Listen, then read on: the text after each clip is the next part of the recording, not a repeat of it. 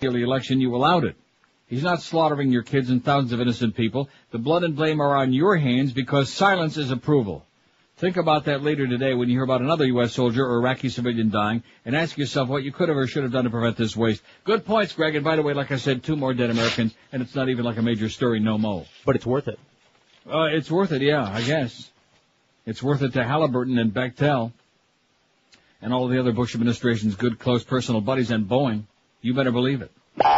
Anyway, getting back to, was that Boeing? Yeah. Elián's relatives, and they just don't want to go away. Oh, and before I forget, before we get to Elián, we got plenty of time for Elián. Right. No, the Goose Creek, South Carolina high school drug bust story. I got the audio from CNN this morning because they have, too bad we don't have TV on your little radio screens there. Well, just get close to the radio. But if you get real close to your radio and look in the speaker, you might see the video, but it does have the audio with it too from CNN this morning. Because now, as opposed to that real jumpy, goofball, surveillance video they had in the school. Now they got like a clearer photo with audio and all kinds of controversial by many at this high school in Goose Creek. Lawyers for students who were Bill Hummer, say by the way. The videotape shows their Hummer. rights as students were violated. What do you think?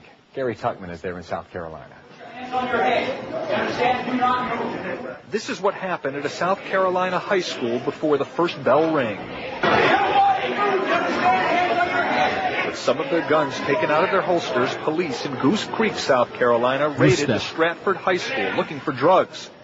When this happened last month, authorities released this jumpy video from a security camera with no sound. But CNN has acquired higher quality video with the audio. 107 students were detained, some with guns pointing at them, some with handcuffs, all told not to move. Take this, buddy. I don't hear no talk. Many of the students cowered as the police dogs were brought in. When it was all over, no drugs were found. And now attorneys from 7 different law firms are filing a class action lawsuit, saying innocent students' rights were violated. The lawyers provided us this video after they said they requested it from police. What we saw on November 5th flashed across the televisions all across the nation were commando-style tactics that should be used in Baghdad, not in Goose Creek. We met with attorneys and some of the families filing suit. They say despite a high percentage of... Supreme Court upholds key points of the campaign finance law. That just didn't. Aren't you breathless about that? Excellent. Okay. American students being detained, it's not a racial issue, just a rights issue. Up there to meet Danielle my Flood friend. is a sophomore. And I walked in the hallway, and this cop pointed a gun at me and told me to get down on the ground. And what were you thinking? I was shocked. I was dumbfounded. I didn't know what to think. So is Jake Lewis, the father of a 17-year-old at the school. After I viewed that video and I saw how they had abused those kids at that particular time, I told them that there was no way on this planet I was going to allow you to get away with this. Police said last month they had the school's permission to conduct the raid. Due to the fact that the police department had positive knowledge of the drug activity, the decision was made to enter the building in a tactical manner. The suit targets the school district, the police department, and the city, as well as individuals. The school district did not want to comment on camera about the lawsuit. Spokeswoman Pam Bailey did tell CNN off camera to let the process work, adding, "We have to let the facts speak for themselves." Right. The lawsuit asks for monetary damages, but no specific amount is mentioned. But this is not just a story of civil action. The prosecutor says he's conducting an investigation of those who conducted the raid. All right. Gary Tuckman, CNN, Goose Creek, South Carolina. Goose Step Creek, South Carolina. How do you like that? Yeah. You kids better goose step into shape, man. They're going to beat the snot out of you. You think that, does that amuse you? Do you think that's funny? Too bad Joe Pesci wasn't there with them. Enough to make you want to puke. Oh, we got 2 polls today before we get to Elián and the other. How come we're so newsy again, you know? Ah, it's a thing to do. And if that guy's listening, I'll tell you the answer because I feel like it, because it's important to me. You remember that New Yorker guy? Which one, you know, in the beginning he pissed me off, and then I thought, well, he had a point. Maybe it went a little bit too far, and now I think, to him. Go back to New York. There's stuff going on. That's right. There's a lot of crap going on, man, and this is, you know. All the crap you can unwrap. That's our specialty on QAM. Here's our first poll. This is one we don't have to discuss. It'll give me plenty of time since it is Hump Day Wednesday, and I've got that 1 to 2 comedy bits, so we got to really hurry. We got to rush. Can I say rush? No. What other shows on QAM do you listen to most other than Neil? I left something off. Oh, am I stupid or what? Yes? We should put none. Shouldn't we have none? Yeah, for some of us. I mean, none. Those people. So, Eric, I hate to burst your bubble, but we got to do that. What other show on QM do you listen to most other than Neil? Mo and Geldy, Joe Rose, Mad Dog. All right. The Humper, Eddie K, Joe and Mark, The Big, or none. Did I leave anybody off? I mean, I could put weekend shows on there, but they're certainly not going to vote for the Gurgly Man or the Kimba. People that are just on the weekend, right? Right. So I don't think I left anybody out, did I? I certainly hope not. Wouldn't want to slight nobody on QAM. What other show on QAM do you listen to most other than Neil? Mo and Geldy, Joe Rose, The Mad Dog, Hank, Eddie K, Joe and Mark, The Big O, or none. There you go. Okay, see, that takes care of that. Elián's relatives claim excessive force in suit over Miami raid. The estranged relatives, or is that the strange relatives of Elián González, claimed in federal court Tuesday that 6 federal agents used excessive force in an armed raid on their home to seize the boy and return him to Cuba. It was Cubans! Cubans! Calm down, Emmy. Cubans! I wonder if Emmy Schaefer's dead, you think? Don't know. Elián's cousin, great uncle, and his wife claimed I didn't know Elián had a wife. Claimed the armed officers broke down the front door unannounced, spraying irritating gas. What is, this is in the Sun Sentinel. What is irritating gas? Yeah. Especially in a closed elevator. Or on the bus is not too good. They sprayed irritating gas, held people at gunpoint, and shouted obscenities at sleepy, unarmed relatives, supporters, and news media. The pre-dawn raid, April 2000. This is written by Catherine Wilson, the Associated Press. Catherine, you're an asshole, honey. You're an idiot. I mean, you talk about objectivity. Right off the bat, you know that this thing is so slanted, even the Chinese are embarrassed.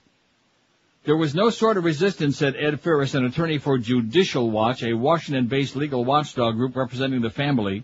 The agents were told, put your guns down, you can take him. None of that was heeded. Elián returned home with his father. 2 months later, celebrated his 10th birthday Friday. That's right. No, it was not Friday. That's wrong. Saturday. So Sun Sentinel. George knows because he shares that December 6th with Elián. So once again, the Sun Sentinel continues to F it up. Don't get it right, you assholes, man. And by the way, I'm the baby Jesus. Elián returned home with his father 2 months later. Yeah, every time I hear George say something, I say, Jesus Christ. That's right. And celebrated his 10th birthday Saturday, it should say, with Cuban President Fidel Castro, who insisted in a 2-hour speech at the boys' school that his communist system will survive him. And he also checked out his penis. Speaking outside the raid, well, the abuelas are busy. They're busy. They're selling tchotchkes, you know, from to commemorate the birthday. Don't you think? They probably set up a tchotchke stand in front of the house in Cuba. Mementos from his kidnapping in Florida with the scumbag Elián family. With as they called it in the media here, the South Florida family. As opposed to his West Virginia family and his Montana family, of course. Right. And his Tennessee family, who are busy crawling under the rocks. 10:13, did he say Iraq? At 560 WQAM. Hey, imagine this. I better get ready. Because there ain't nobody like Todd Dreck. Imagine the ambulance going down the street, right outside with the sirens blaring, and finding Todd Dreck lying in a pool of his own blood right on the street corner by the stop sign near your house. Wouldn't that be great? Party time. And imagine this on your next mortgage. Imagine 0 closing costs, 0 application fee, 0 credit bureau fee, and 0 discounted points. This is the last mortgage you'll ever need. It's the revolutionary only one mortgage from the Financial Group. Now with an interest rate of just 1.95%. That means if you have a $200,000 loan, just as for instance, your payments are only $738 a month. What's not to like? And once you refinance or obtain a new mortgage from Financial Group, the best part of the deal is you'll never pay closing costs ever again. So call them today at 1-800-940-LEND. Grab yourself real financing power with a low-rate mortgage. You can move to your next property without further cost or expense. The only one mortgage from Financial Group. For details, call 1-800-940-LEND. It's a whole new way to buy. And once again, you pay 0 underwriting fee, 0 doc fees, 0 prepayment penalty, 0 closing costs, even when you move to another property. So get financing at just 1.95%. Call 1-800-940-LEND, the Financial Group, and never, ever pay closing costs again. They're an equal housing lender. Restrictions do apply. Rates subject to change monthly. 5.19 APR. We're Sports Radio 560 QAM. Estoy estrangulando el pollo para acá.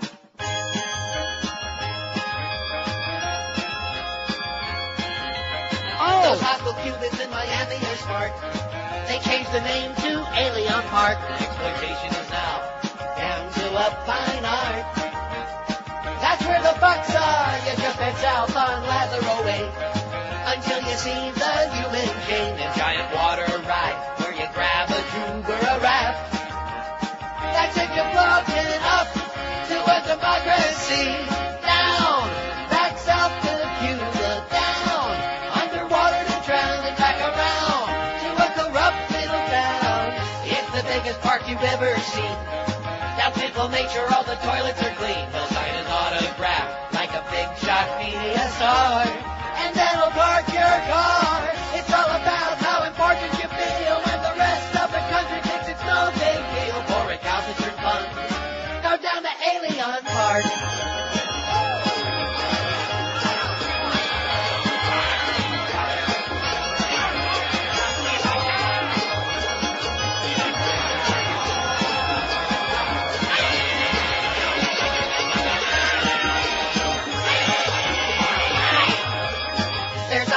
From the Roach Coach Band and rockin' music by Los Van Damme. The politicians grandstand, making their demands under a commie flag. At least they're honest when they proudly claim that Cubans made Miami what it is today. A smarmy toilet that sucks. Incredible. They now call Elián Park. Down at Elián Park. Down at Elián Park. Down at Elián Park. 10:19 at 560 WQM. You can tell Eric. Is Eric incommunicado or something today or what? I guess I should call him. You probably should call him and tell him to add none to that first poll we're putting on there. He's probably overburdened by the fact I emailed him about 100 stories. I apologize, Eric. I apologize profusely. I didn't but and it wasn't because I said yesterday I was going to send him like 30 or 40. It wasn't by intention. I just kept finding more and more crap, and I said, hey, this needs to be on there. And it was one of those days. There was a lot of stuff going on. For example, and this won't be on there because it just, the AP finally just figured it was important enough to write something about it. 2 U.S. soldiers were killed and 4 wounded in separate attacks today in the northern city of Mosul. American troops in another northern city arrested 5 Iraqi policemen and 24 others suspected of ties to insurgents. There's that word again, the insurgents. Also today, the military said the emergency landing of a U.S. helicopter near Fallujah west of Baghdad was likely the result of ground fire by, guess by whom? Insurgents. Oh. In the Mosul attacks, guerrillas fired on soldiers guarding a gasoline station, killing 1, injuring another, said a spokesman for the U.S. Army's 101st Airborne Division. A few hours later, guerrillas detonated a roadside bomb, opened fire on a U.S. military convoy, killing 1 soldier, wounding 3 others. So it just goes on. The butchery goes on day after day, and it's very clear that the American people have a very hearty appetite for dead bodies. They just really don't care that much, because if they did, they'd be demanding blood, they'd be screaming bloody murder, pardon that expression, for an end to this insanity, with no end in sight, and all for based on a bunch of lies. Now, I think Eric is like out of touch with us. I don't think maybe he's not hearing us or something.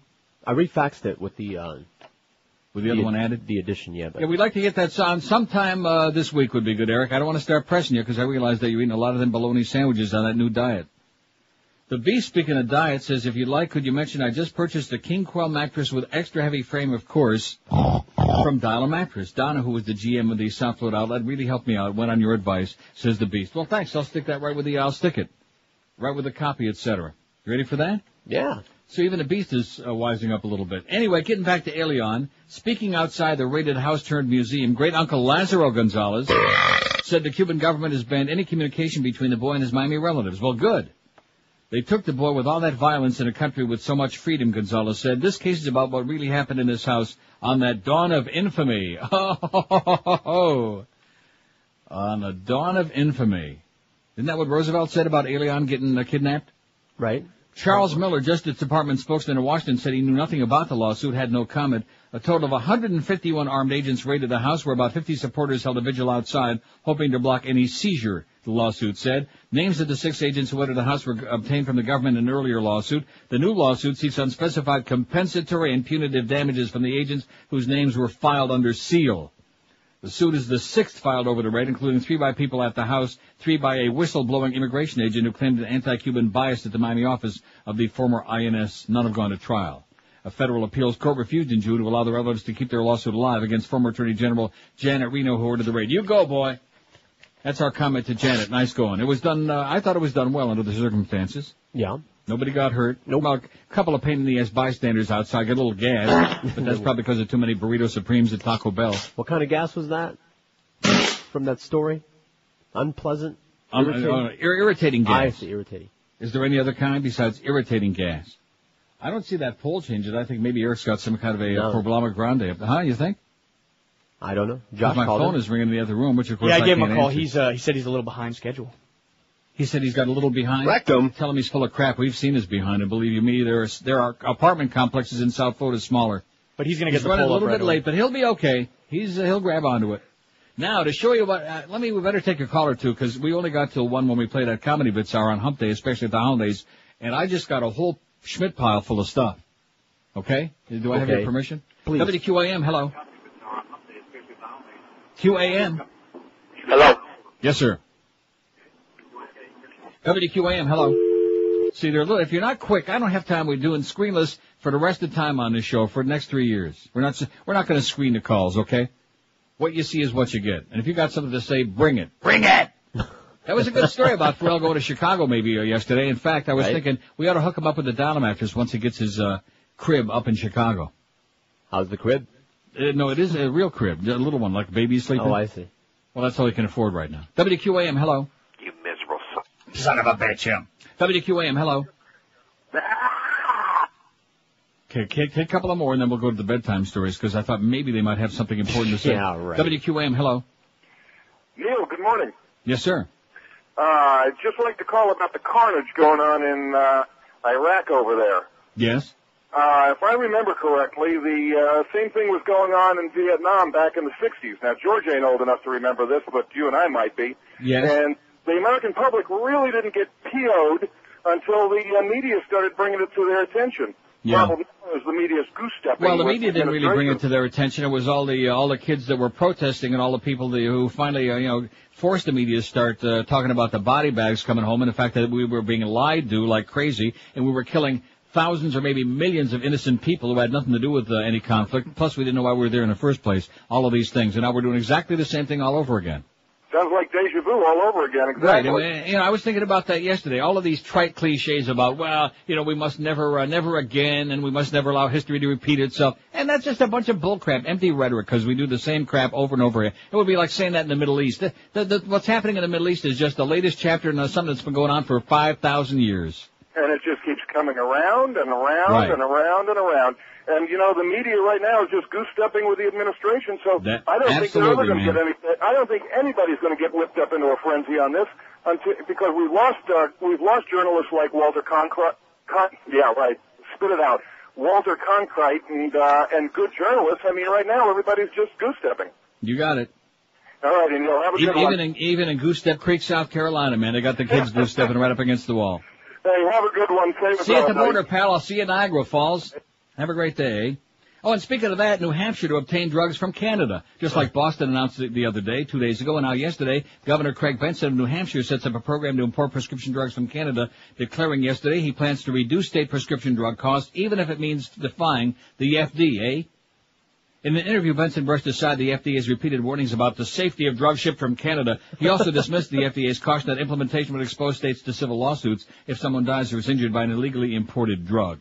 The FDA and drug companies have been spreading this notion that it's unsafe, but I have a different take, he said. We have a lot of people who are not taking prescription drugs because they can't afford them. I think there's a liability for sitting still. And to show you what a bunch of liars your government are, oh yeah, those drugs are unsafe. Only those American drugs are safe. But federal officials said yesterday the flu vaccine shortage in the U.S. has become so severe they're looking to obtain additional doses from Europe. Oh no!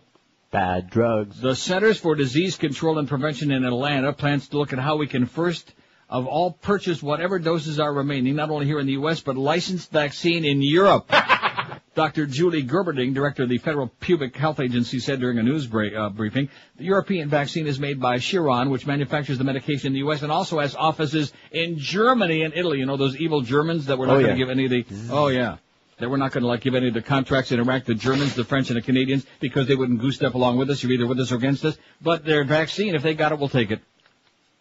Some of that dangerous flu vaccine from Europe. But that's made by the same company. Yeah, just like all the drugs here in Canada. Made by the same company. Oh. 1027 at 560 WQM. If you're tired of that bald spot, give yourself a gift for the holidays. Give yourself some hair. What more could guys want than good head of hair? That's right. If you got a big bald spot or just a little tiny one, makes no difference because Charlie can make it look like you don't have any bald spot at all. For over 25 years, he's been working with the rich, the famous, the infamous, and everybody in between because nobody does it better than Chuck. Can I take a sip of soda? Oh, go ahead.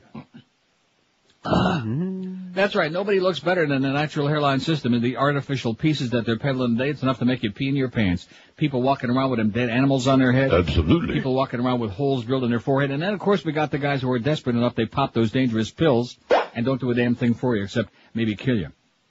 And like I always tell you have nothing to lose with Charlie except that bald spot because everybody gets that 30-day About 30, man. guarantee. If you don't love the way after 30 days, it looks and feels and smells. If you're not getting rave reviews, if you're getting more action than Hugh Hefner 20 years ago, then here's the deal. Just take it back and you get your money back.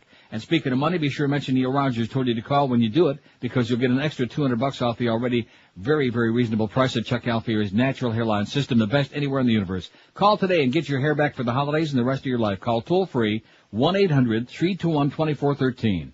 That's 1-800-321-2413 or log on to their website, Charles Alfieri, or as Troy likes to say, charlesalfieri.com. Live and local. This is Sports Radio 560 QAM.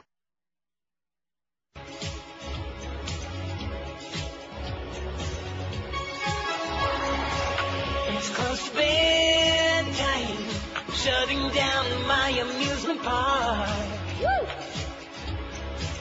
I'm in my bedroom, I'm gonna go to someplace deep and dark. You try to scream, so take a look at me and you'll understand. Woo! You owe me this, it's my turn to go to your Neverland. Your sodomized, I'm a molester, yeah. And you know what they say, the younger they are, the better. I'm a molester, yeah. A few million makes it right. I'm a molester, I'll get you tonight. 10:33 at 560 WQM. There's more than meets the eye. You know, the media once again totally irresponsible. Everybody blasting these big headlines yesterday. Oh, this bombshell memo. The bombshell memo says it's going to help the defense and yada yada. Well, guess what? First of all, the prosecution already knew about that memo and already knew about that so-called investigation. Celebrity Justice has got an interesting take on this. It says they have exclusive details that show that this could be part of a children's services cover-up. And that Dr. Charles Sophy, S-O-P-H-Y, the memo is addressed to him, and of course it comes to find out Celebrity Justice says his office is just 2 doors away from Jackson's private investigator whose office was searched at the same time as the Neverland raid. CJ, Celebrity Justice, caught up with Dr. Sophy just days after the search. At the time, Dr. Sophy told CJ, I'm involved in the Jackson case, but not in the way you think. Now we may know what he meant. In other words, I don't want to make any accusations, but it sounds to me like there's the suggestion that just maybe somebody got their palm greased a little bit here. Yeah. As this desperate attempt to spin this. And of course the media goes right along with it. Oh, well, they got the... See, we already knew this. There's nothing new in there. They already had the videotape that he had made the family and the kid make back in February. Now, why would you make a videotape, number one, first of all, unless you're trying to cover your ass and knew that the crap was about to blow and hit the fan? And number two, unless, of course, you knew that you were guilty as hell, which he does. Oh, we do that all the time, don't you? So once again, and of course, they haven't even begun. See, if the people in the goddamn news, including you assholes at CNN, if you just read the National Enquirer, you'd have a little bit better perspective on what's really going on and what Tom Steadden's got, because they haven't even gotten to the Las Vegas stuff. Remember that stuff I read about the boy bash at the Mirage, was it? The boy orgy, the Borgie. The boy orgies at his villa at the Mirage in Vegas, with booze and cigarettes, all this. Here, try to wine. 9 and 10, 11-year-old kids marching in and out, boys. Here's Paul in Danbury, Connecticut, faxes and says, while reading Michael Moore's book, Dude, Where's My Country, I noticed he mentioned Wesley Clark as a sure bet to beat Bush. Of course, this was before Clark threw his hat into the ring. I like Clark as well, was wondering what your take was on why he's not gaining on Dean in the polls. I just don't think Dean has what it takes to one seat GW, says Paul in Danbury, Connecticut. Well, I worried about that a little bit too, but I don't buy that. In addition to which, one of the reasons that Clark can't get in the polls so much is he's run out of delis and old Jews. Oh, come on. There's more. Well, he hasn't hit them all yet. Well, he's still looking for the famous, but it's not there no more. Would somebody tell General Clark that there's no more famous restaurant on South Beach? I mean, the Deli Den, the Rascal House, just, in addition to which he's okay. He'd be fine. If he could win, he'd be fine.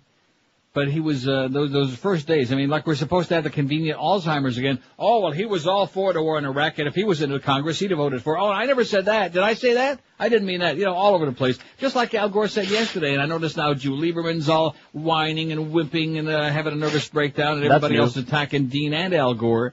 But the fact of the matter is, Dean was the one right from the beginning had the balls to tell it like it is. And every single one of the other ones have been equivocating and waffling, except for Dennis Kucinich. She's the other one, and they don't like him because he's got a bad hairpiece. Well. And they can't say his name. And those teeth. And he's got some terrible, nasty teeth. And he makes whatever the opposite of a bella figura. Right. Whatever the opposite is, he's it. Speaking of Michael Moore, turkeys on the moon. This is it's on our website today. It's an article, it's a letter to George W. Bush from Michael Moore.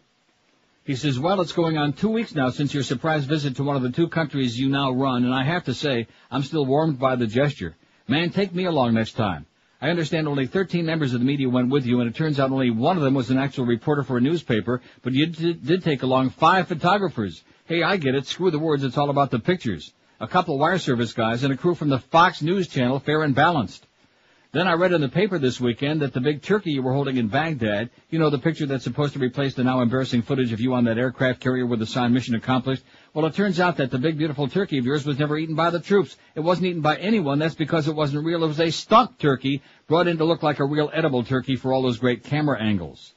Now, I know some people will say you're into props, like the one in the lower extremities of your flyboy suit, but hey, I get it. This is theater. So what if it was a bogus turkey? The whole trip was bogus, all staged to look like news. The fake honey glaze on that bird wasn't much different from the fake honey glaze that covers this war. And the fake stuffing in the fake bird was just the right symbol for our country during these times. America loves fake honey glaze. It loves to be stuffed, and damn it, you knew that. That's what makes you so in touch with the people you lead. It was also a good idea that you made the press on that trip to Baghdad pull the shades down on the plane. No one in the media entourage complained. They like the shades pulled, and they like to be kept in the dark. It's more fun that way. And when you made them take the batteries out of their cell phones so they wouldn't be able to call anyone, and they dutifully complied, that was genius. I think if you'd have told them to put their hands on their heads and touch their noses with their tongues, they would have done that too. That's how much they like you. You could have played Simon Says the whole way over there. It wouldn't have been that much different from Carl Says, a game they love to play every day with Mr. Rove. Well, if you're planning any surprises for Christmas, don't forget to include me. When I heard last week you wanted to send a man back to the moon, I thought, get the fake goose ready. There's where old George is going for the holidays. I don't blame you. What with nearly 3 million jobs disappeared and a $281 billion surplus disappeared and the USA stuck in a war that'll never end, who wouldn't want to go to the moon?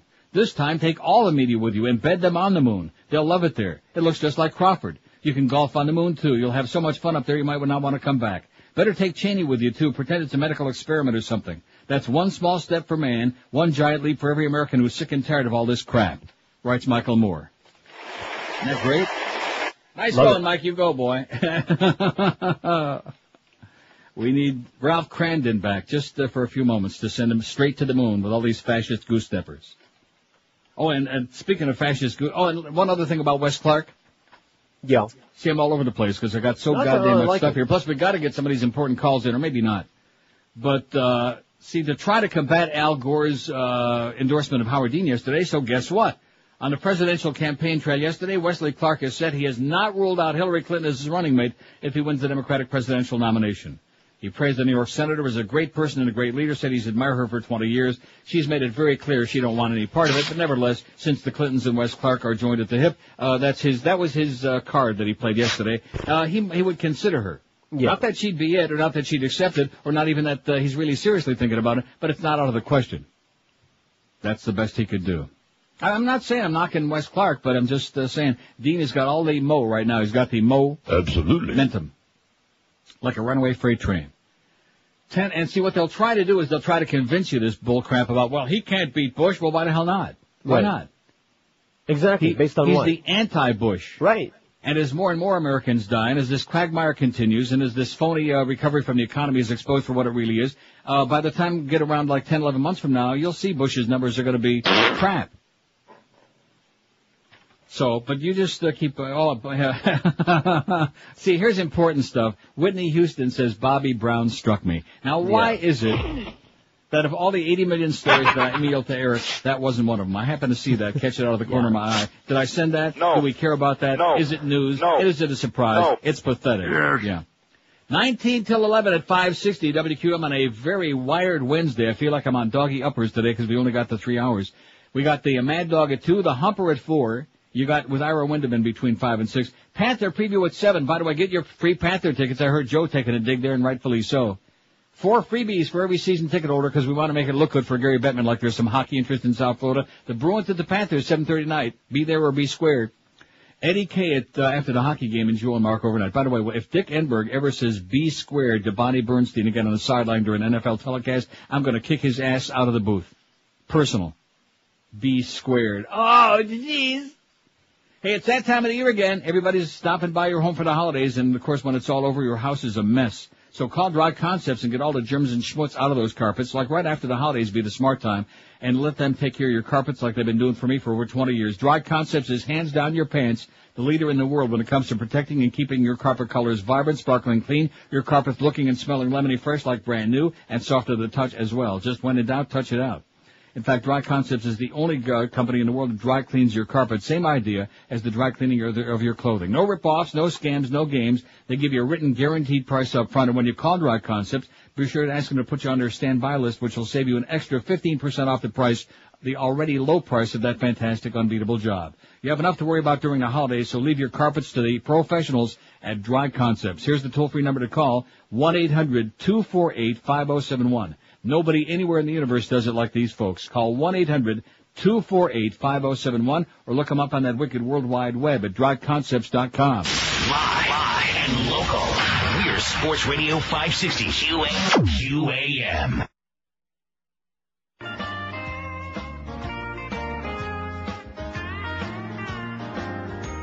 Oh! Take a look. I got Rain-X. How about a case of some Windex? I bet for your wife, hubcaps would be nice. Come and get the bargain from my van. Take all you want of weather stripping is okay. There's no tipping. I got Armor All and 30 weight transmission oil. Come and get the bargain from my van. I am parked right behind the snowbank. Right there you can pay me with your cash. But if police they come around the corner, I might have to leave like Santa in a dash. Adios batteries and alternators, spark plugs and refrigerators. Don't call my bluff, he's not stolen stuff. Come and get the bargain from my van. A water pump and clutches and the starter. Belts and hoses on the cassette deck. Holly carbs that might just fit the Datsun. My policy is cash, but I'll take a check. For the kids, I got tires, manifolds, and spark plug wires. For your holiday, I'll make your day. Come and get the bargain from my van. Pull your car up to the back of my van. Okay. Pedro's got a bargain in his van. 1048 at 560 WQAM. Okay, that survey is up there. What other shows on QM do you listen to most other than Neil? None, 31. 37.8%. Mad Dog, 24, leading the pack. All right. The Humper, 12. Joe Rose, 7. Joe and Mark's 5. Eddie K, 3. And look at that. The Big has got, and Mo has got, Mo and Gildy. None. Aren't you shocked? Out of 82 votes? No. None. Zero. Not one. What other show do you listen to most other than this one? None. 31. And Mo and Gildy and the Big have got. Is that O point? Yeah, O point. Yeah, infinity. Wow, that'll change. Better get a few calls. We'll try to intersperse, okay? Because like I said, I got a heavy plate today. It's a very distressing story about Abercrombie and Fitch, which just goes to show you, man, everybody's caving in. Everybody's just caving in and crumbling as the takeover America is nearing completion. Wait till they call off that presidential election next year, then you'll see. I know. Maybe then some people will get around. WQAM. Yes, sir. Neil. Hi, Kelly. Oh, get lost. WQAM, hello. Money calling. Like I said, we'll intersperse a very few calls. WQAM. Yes, Neil, how are you? I'm okay. Neil, yesterday on Fox, they announced that the NRA might be trying to buy some... Yeah, we already had that on, sir, and quit watching Fox. Already had that on. They're all radio and TV station. We know that. Get with it. And by the way, President Lincoln's got a bad headache. I'm not wasting my time with these calls today, okay? All right. Well, I don't. I might take a couple here and there, like the one on line 1, because it is working now. QAM. Hey, Neil. Yes, sir. I was just calling to see if you had caught that new Johnny Depp movie, the Pirates of the Caribbean Takeoff. No, I heard that he was great and the movie sucked. Yeah, pretty good. The movie for a Disney movie was not too bad. It wasn't one of those kids-only movies. Ending was kind of weak, but yeah, he was looking pretty good. So in other words, he looked pretty good and it wasn't that bad. I know somebody will be glad to hear that. Eisner? He's under a lot of stress these days. Okay, thanks for the good news, pal. Like I said, they're really struggling. When we get to that second pull, then they'll have something to sink their teeth into. Like we've discovered long ago that we finally reached a certain point in the evolution of this program, and unless we're building a poll and you got like a one-word or a three-word, forget that. Although, I don't know. we've had some good calls the last couple of weeks in the middle of some of the other stuff. We've had some good ones. Here and there. Yesterday we had that, I don't remember what it was, but we had one was fabulous. What the hell was it? I forgot. Some goofball was sensational. Anyway, this is depressing, man, and if you're one of those people in this audience, like us, if you're a pervert, you don't have to be perverted to have like a good eye. Right. Like George says, that eye candy, which I hate. I hate that expression almost as much as Soledad O'Brien. Okay. It makes my blood sugar go up when I hear somebody somebody say that once. Anyway. Abercrombie & Fitch, under fire from some consumer groups for its racy catalogs, caved in yesterday and said it would stop issuing them and halt publication of its holiday issue. That is one of the worst things to ever happen in the United States, in the world. While it's enjoyed success with the quarterly over the years, the company believes it's time for new thinking and looks forward to unveiling an innovative and exciting campaign in the spring, Abercrombie said in their statement. The retailer last week recalled a holiday catalog from all its stores, saying it needed the space. And you notice this is like 2 days after that 60 Minutes piece on Sunday. Just a coincidence, I'm sure, since they're getting their ass sued by all these ugly Filipinos and others. The retailer last week recalled a holiday catalog from all its stores, saying it needed the space on the counter for a new perfume. But one parents' advocacy group complained the move was in response to its protest and calls for a boycott of Abercrombie over the catalogs. The company's 280-page holiday book included nude young adult models and highly suggestive poses. All right. As well as articles on sex, elements apparently intended to boost the clothing retailer's brand among college-age customers. What's not to like, baby? Abercrombie said it has sold 200,000 copies of each issue of the catalog, but some industry analysts said the latest edition of the glossy publication may have offended too many people. I think we gotta see that. I think their latest issue pushed the envelope too far, one analyst told CNN/Money. The subject matter of the issue, specifically an article about oral sex, was way over the line, he said. What's wrong with oral sex? Ask your mom. We're certainly encouraged by today's news, Bill Johnson, president of the American Decency Association, told CNN. The American Decency Association. Oh, yeah. American people are making it clear that they were troubled over Abercrombie's practice of marketing pornography in the catalog, and the companies finally recognized this fact. I want to ask you one question. Do you have the Abercrombie & Fitch catalog? Not on me. No, but I mean, do you have it? No. Does it like show up in your mailbox? No. Does it show up like on the floor outside the door there in the morning when you come to work? No. In other words, it's one of those things, like any other publication, that you have to make a conscious effort to obtain. You have to pay for it. Right. The association is a consumer group that lobbies against pornography and has criticized Abercrombie's catalogs before. New Albany, Ohio-based Abercrombie & Fitch runs 173 of its namesake stores and 164 Hollister Company stores around the country. And as a result of this news, the stock went down. Abercrombie & Fitch, A&F, went down. Guess how many cents yesterday? About 30? About 30, man. Fell 30 cents to close at 24.37 yesterday on the NYSE. Well, there you go. Another cave-in. All of these elements, just put them together and, oh yeah, that odor, that aroma, that stench of burning freedom is right there in your nostrils. You know what? That was a great, as always, Michael Moore is great, but that was a great letter to Bush. Straight to the moon. Alice. And if he doesn't want to go to the, like the regular or ordinary pedestrian moon, guess where else he can go? Cock-a-moon. Yeah, that would be good too. 5670560. We might, if we took 100 or 200 calls in the next couple of minutes, get a good one. You'll see. Better start now. WQAM. Miserable son of a... Bitch. Yeah, once is enough, okay, asshole? One asshole's enough. WQAM, hello. Yeah, I'd like to talk to Neil, please. Speaking. Oh, hey, Neil. I have a comment about Gore's endorsement of Howard Dean. Yes. I don't think it's going to do any good. And the reason is because of the way it was handled. I don't think Gore had a lot of credibility anyway. It wasn't like in the 2000 election that people were voting for him that voted for him. They were voting against Bush. So I think his impact would be minimal at best, and the way it was handled, I think it's kind of... Well, how do you know that the people who voted for Gore were all voting against Bush? You think maybe they were voting for a continuation of the 8 years of prosperity under Clinton? No, obviously, they not everybody. I can't make a judgment like that, but I think, let me just say, a lot of the people that voted for Gore were voting against Bush. My God, Gore didn't even win his own. Well, let me ask you something. Let me ask you this question. Don't you think that no matter who the Democratic candidate is next year, that a lot of the people who vote for him will be voting against Bush? Absolutely. In fact, I would think a hell of a lot more now that we know what we got. Well, getting back to Gore, I think he put a lot of time in thinking about this endorsement.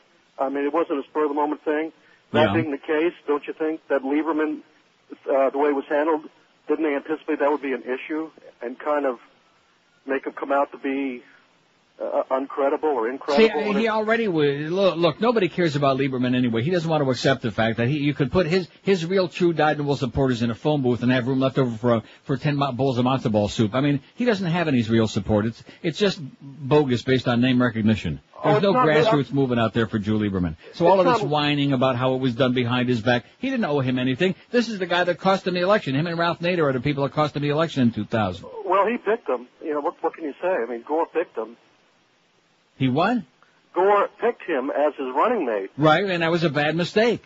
Sometimes you learn from your mistakes, okay? Maybe he's got to distance himself now from this right-wing lunatic, which is all he is. One more quick comment. I'm Yes. an arch-right-wing conservative, slightly to right of Attila the Hun. Yeah. And I disagree with everything you say, but I listen to you every chance I get because the bottom line is, even though I disagree with you, you're entertaining. And I think that's So what you it's all disagree about. with everything I say? Almost, well, except about religion. I agree with you on that. But Okay. Happy non-denominational holidays. Thank you, sir. Thank you. 10:56. Well, you see, he's right-wing. That's why he's hoping Lieberman gets it, because then if Bush loses, then we can have another right-winger. But he's entitled. At least he's listening, like I said. 10:57 at 560 WQM. Listen to this. One of the best-kept dining secrets in town is in Coral Springs. The Gold Coast Seafood Grill celebrated their one-year anniversary a short time ago, and they got a big, juicy, dynamic 3.5 stars from the prestigious Sun Sentinel Showtime Dining Review. The Gold Coast Seafood Grill's got specialties that include mango plum salmon, almond-crusted mahi-mahi, orange honey glazed sea bass, and crab and shrimp stuffed trout.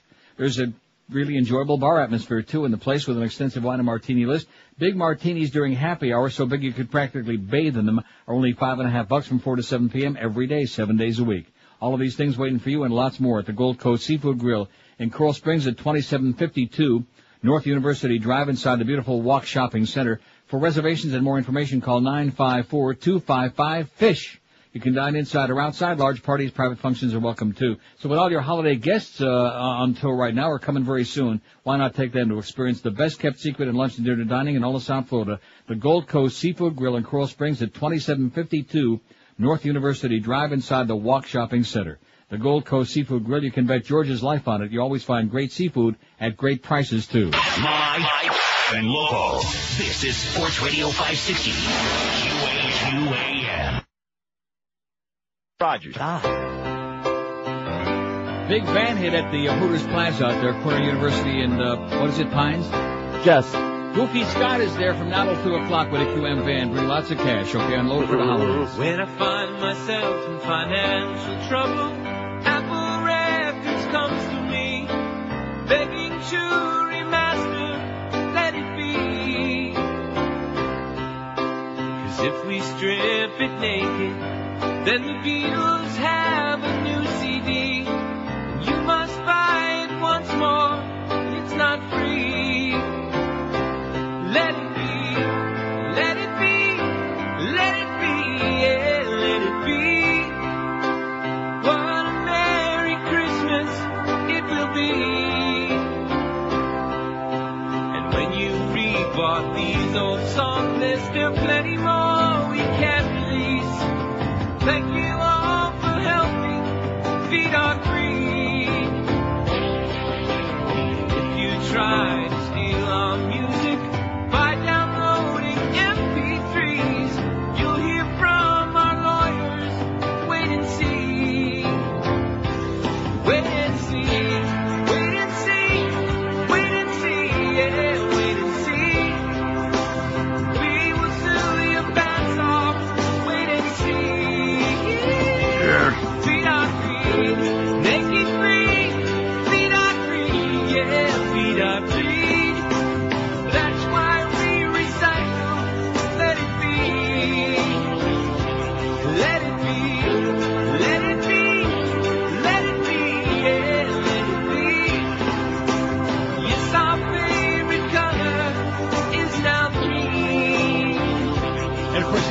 genius suspects behind the original, don't you? No, who? Phil Spector. I just mentioned that in passing. Don't pull the trigger, Phil. Too late. $45,045 for abandoned pet rescue as of yesterday. We're probably a little above that now. We got a big van hit going on right now with Scott Jr., with old pasty-faced red puss Scott Jr. He's out there at the QM van on the southeast corner of Pines and University in the Hooters Plaza, right in front of Hooters. Just look for his Hooters from now till 2 o'clock with our Best Meal merchandise. And, of course, the Joe and Mark Toy Drive. I wish we knew a little bit more about that. What's to know? What do you mean, what's to know? Bring some toys. Bring them to the station, bring them to the van, bring them to just bring some toys, bring some stuffed crap. That's right, there you go. No, don't go crazy with the stuffed animals. There's problems with that. Why is that? Because some children are allergic to the kind of stuffing that can go into stuffed animals, so avoid the stuffed animals.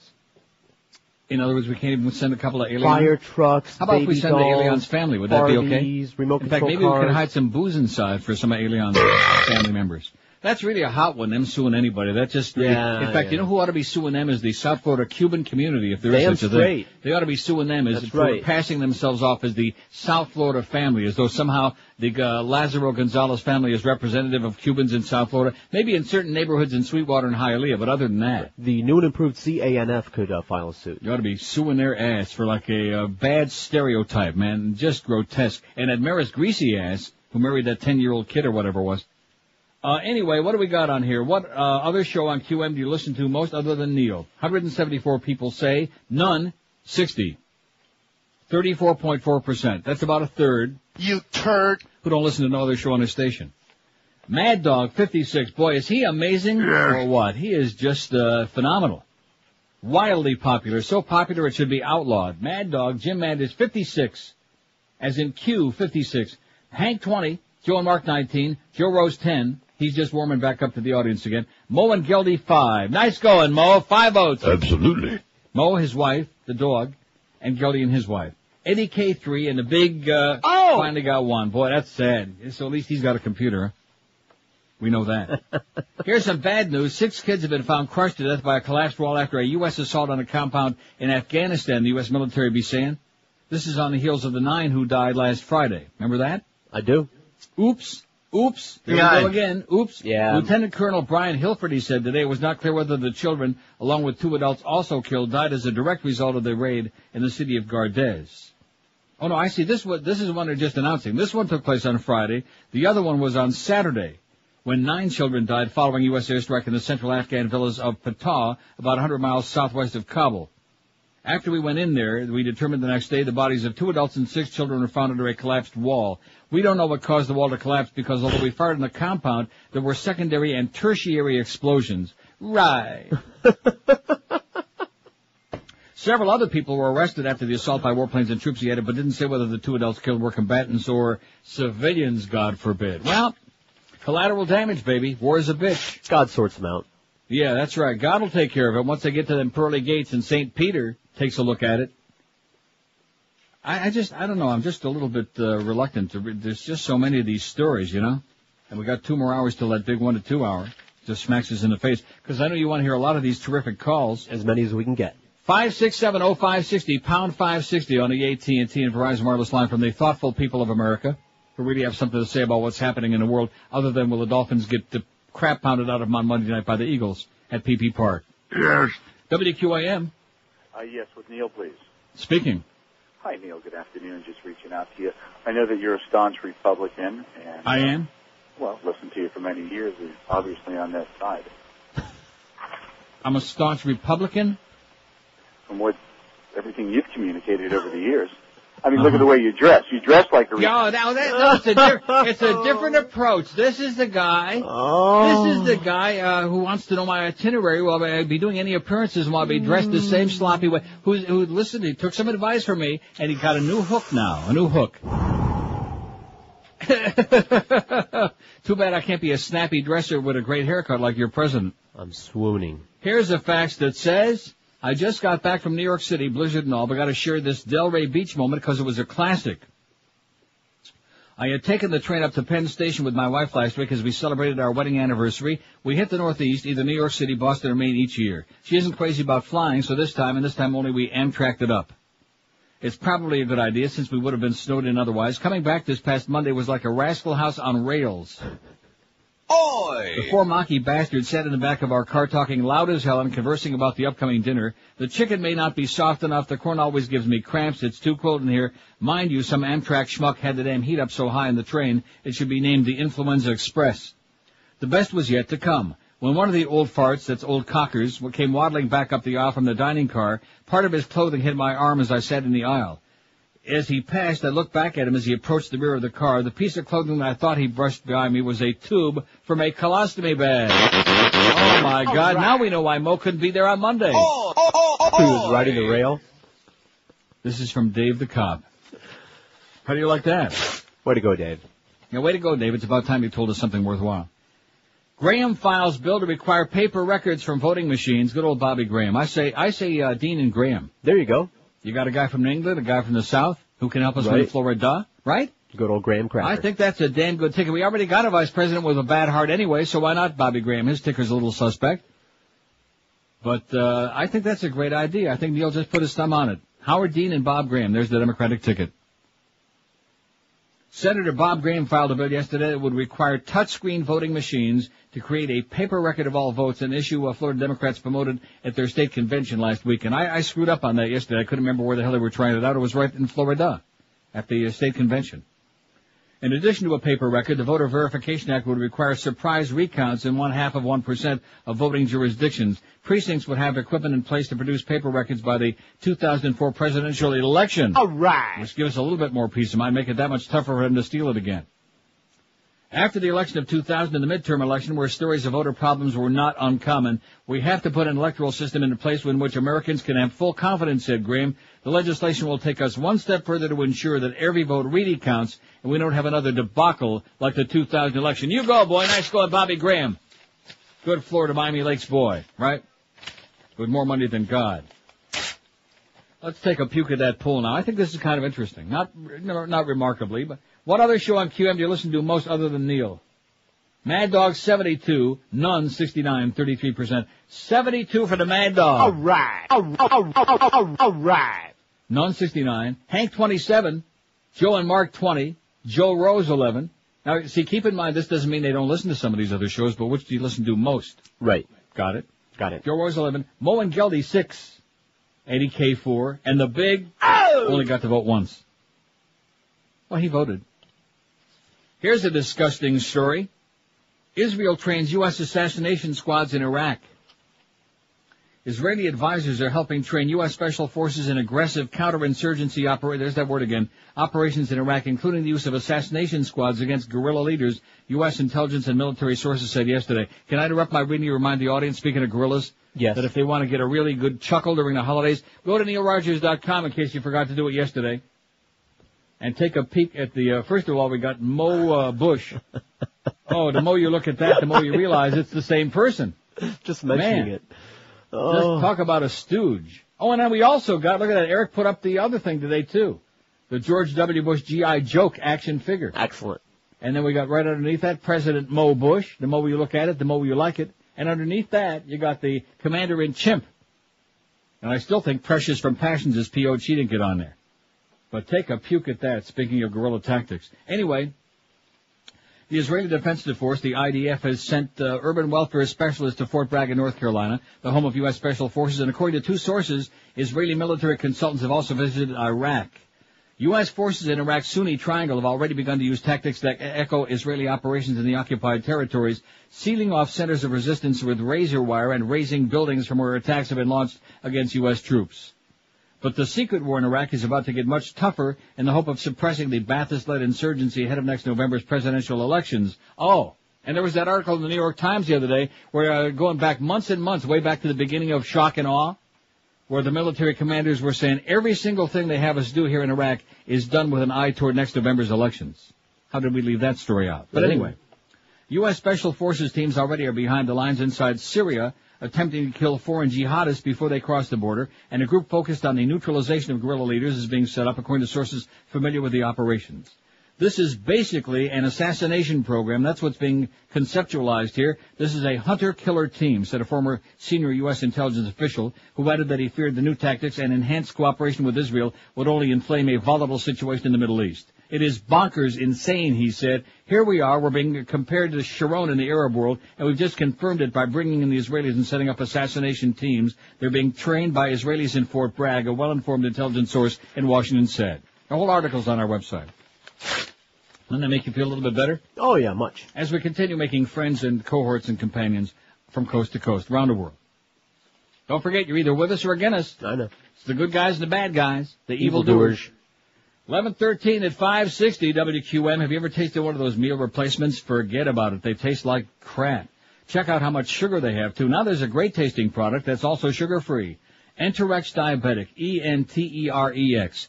Enterex Diabetic is truly the best tasting meal replacement drink ever formulated for people with diabetes and for people looking for a reduced sugar intake. It's sweetened with Splenda brand sucralose, so there's no nasty aftertaste like you get with those drinks that use saccharin or aspartame. Enterex Diabetic is a complete, balanced nutritional supplement that provides fiber and antioxidants too, yet it's low in saturated fat and cholesterol. Lots of the good stuff, none of the crap. Enterex Diabetic is also gluten and lactose free. An 8-ounce can can provide 237 calories of deliciously healthy nutrition that's internationally recommended by doctors and dietitians. I had plenty of it when I was down there, and believe you me, it tastes really great. So don't sacrifice proper nutrition when you're short on time. Try Enterex Diabetic once, and you'll never go back to the old stuff you used to be swallowing before. The makers of Enterex Diabetic are so sure that you'll love it, they're giving away free samples just for the asking. Let me say it again, free.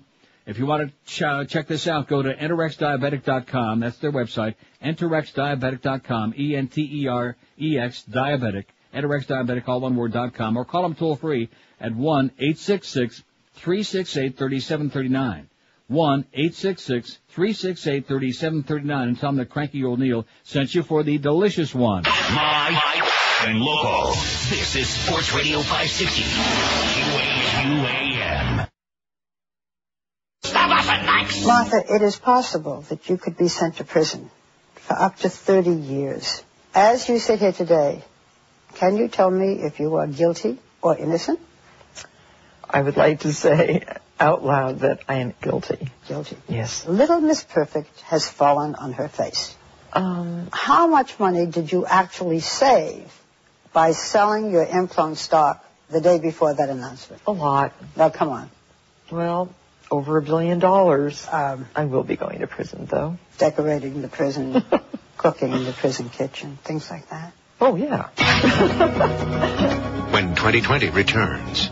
I get my kicks, really, from baking and cooking. Cats, dogs, and kids. Why? That's part of living for me, Barbara. Next. 11:19 at 560 WQAM. Appellate judges today ordered a new trial for the 16-year-old boy who's serving a life sentence for killing a 6-year-old playmate, raising questions about the Florida law that allows child murderers to be locked away with no hope of parole. You know who we're talking about? Yes, I do. Lionel Tate. Mm-hmm. What's the bit we have on that? What's that called? About Lionel Tate? Yeah. I don't think we have one about Lionel Tate. We yeah, have one about do. the other shot guy. The teacher? Sure we do. Shot the teacher. That's a different guy. Oh, wait a minute. Lionel Tate was the one that smothered the girl. Right, that beat her to death. Oh, that's right. He was the professional wrestler emulator. I get him confused with Nathaniel Brazil. Right. Isn't that the one? It was Lionel Tate and Nathaniel Brazil. Right. Right. The judges at the 4th District Court of Appeals ruled today that Lionel Tate's first-degree murder conviction and life sentence should be reversed because Tate's competency should have been evaluated before the trial. A competency hearing should have been held, especially given the complexity of the legal proceedings and Tate's age, the judges wrote in a 9-page ruling. Tate's attorney argued before a state appellate court that the boy who was 12 when he killed Tiffany Eunuch was too immature to understand what was at stake when he was on trial in 1999. After all, 12-year-old kids should know the difference between smothering somebody and killing her, right? He beat her over a long period, severely. Tate's trial attorneys, and are you starting to get militant about this again? Yes. Good. Tate's trial attorney said he accidentally killed the girl, possibly while imitating the moves of professional wrestlers he saw on television. Well, I think at the very least they should take away everybody's TV set. Murder for murdering a little friend of his, a little girl by the name of Tiffany Eunuch. Now, you will remember that this was argued that... One thing it would have been, if it would have been a boy, I guess he would have been of a crime like this, and in fact that he didn't understand what he was doing, his mother later argued, although at the time she was actually offered a plea deal to second-degree murder if he pleaded guilty to that, but his mother maintained that it was an accident. You'll remember it was a very brutal crime. The authorities say that he had beaten this child for more than 5 minutes and that she had received more than 30 injuries. Joining us now live is his trial attorney who fought so hard for him to get a new trial, Mr. Richard Rosenbaum.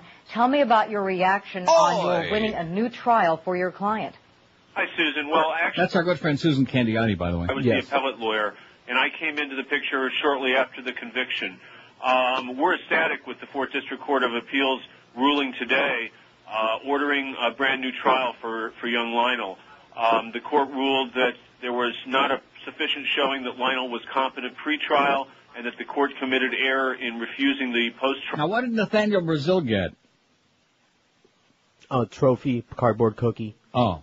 I don't know. No, seriously, because it seemed to me at the time that the Lionel Tate verdict was even harsher than Nathaniel Brazil. And obviously, the Nathaniel Brazil one was far more egregious. He took the gun to school and he gave the teacher away. What is that thing called? Is that called Nathaniel Brazil? Serving a lifetime. I bet you I know who called in with that. At any rate, so we got a new trial for Lionel Tate, who was going to be serving life, but the appellate court said, not so fast. Nobody called in. Oh, good. What a memory. Housing Secretary Martinez resigns for Florida run. Remember Governor Bob Martinez? Yeah. Dracula? That's what we used to call him, Dracula, because he had that same puss as Bela Lugosi. Eddie, help me, Eddie.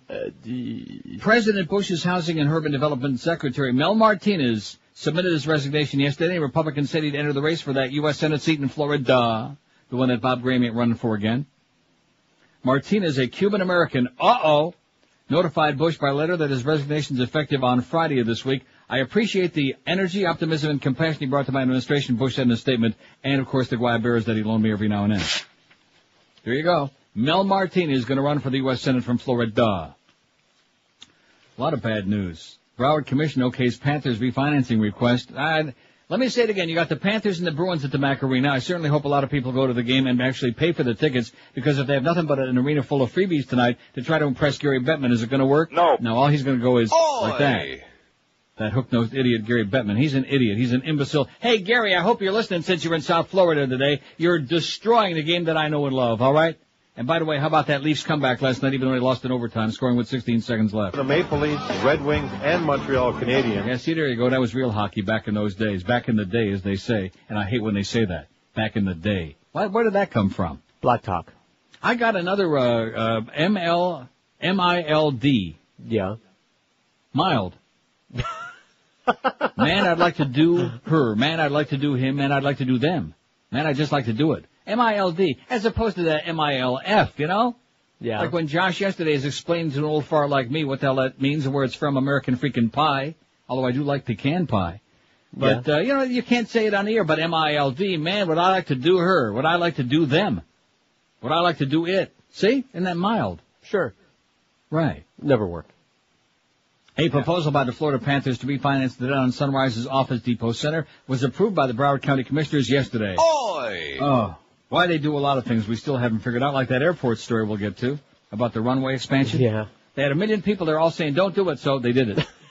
Yeah, that's right. I got the story. We're listening to your concerns very carefully. The refinance could produce as much as $12.6 million windfall, with a financially troubled team receiving 60% and the county keeping 40%. However, the county will have to contribute $1.9 of its $5 million for arena improvements. So in other words, the county will get leftovers $3.1 million. Paltry $3.1 million. Commissioners voted 6-3 to approve the refinancing plan, despite concerns about the county's share of the windfall and the Panthers' fiscal condition.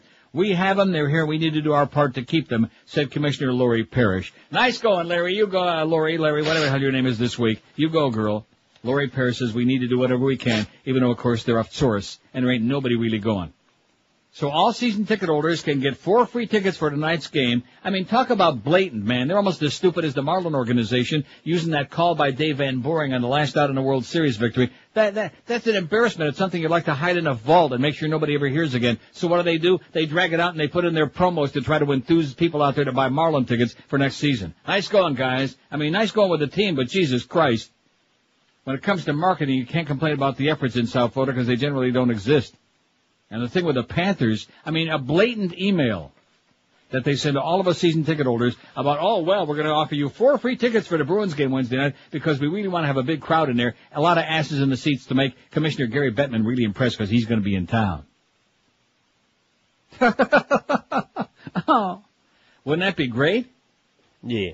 That would be like having a whole bunch of people standing outside our building with radios tuned to QAM. Or I got a better idea. Turn to Mr. Ego station with radios turned if they could figure out what frequency was on, pretending they really listened to it, you know? What station's that? I have no idea. Neither does anyone else. If you held a gun to somebody's head, they couldn't tell you the call letters. I think it's WNM, eh? And by the way, I looked up your numbers again in the latest book and trends, Mr. Ego, and you could put your audience in a goddamn telephone booth and have room for the Chinese army left over in there. I just mentioned that in passing. Mr. Hotshot that thinks he's, well, I'm not going to consider 8 to 10 a QM, and neither is anybody else, okay? We'd hire Castronova way before we'd even consider putting your sorry ass on there with your fake body parts and your 85 adopted kids. I cracked myself up a couple times thinking about that Oh, yesterday. my God. Now we know why they call him Mr. Ego. Jesus, what an asshole. 11:27 at 560 WQAM. Hey, it's the most wonderful time of the year. The bees discovered that, too. That it's wonderful when you sleep, when you beat your feet on the Mississippi mud. He got him a king coil mattress from Donna Mattress with heavy frame, and he says Don is the GM of the South Florida outlet, helped him out, and he's a happy camper now. Boy, can you imagine him just plopping down on that thing, huh? What a thought.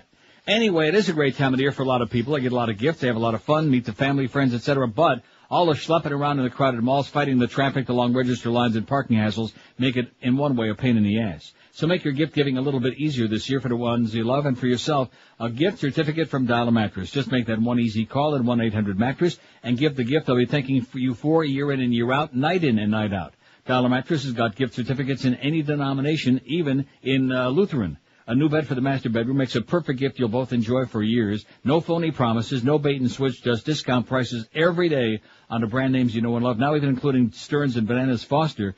Dollar Mattress got the guaranteed lowest prices on Stearns and Foster Hewitt in the world, and they still give you that unbeatable delivery deal. You pick the day and time for delivery 7 days a week, any 2-hour window, 8 a.m. to 10 p.m. They'll be there. Honest sales practices, fantastic service, unbeatable everyday low prices, same-day delivery, and free setup and removal. All of these things make it simple to see for even a moron why Dollar Mattress is ranked the best in the world. Absolutely. In customer satisfaction. Call them today, toll-free, 1-800-MATTRESS, 1-800-MATTRES, or online, check them out, of course, at mattress.com. Happy holidays from all our paisans and your good friends at Dial a Mattress. Live and local. This is 560. The radio's all yours, QAM. Okay.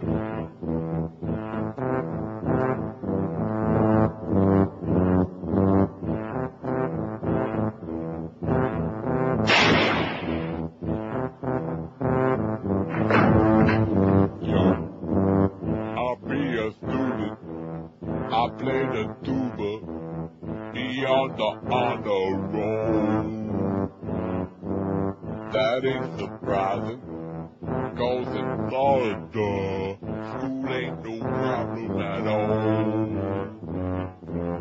This be my tuba, this be my gun, but tubas don't make you dead.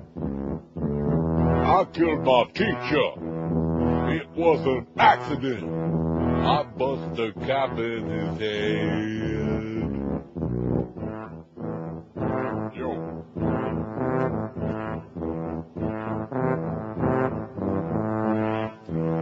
$11:33, just tragic. I don't remember what he got. Maybe somebody will call in and tell us, or maybe not. I looked it up on the internet, couldn't find it. Huh. But it seemed to me that the sentence he got was like more lenient even than Lionel Tate, and there was no comparison. If I recall. I mean, Lionel just, to me, seems like he ain't all there, you know what I mean?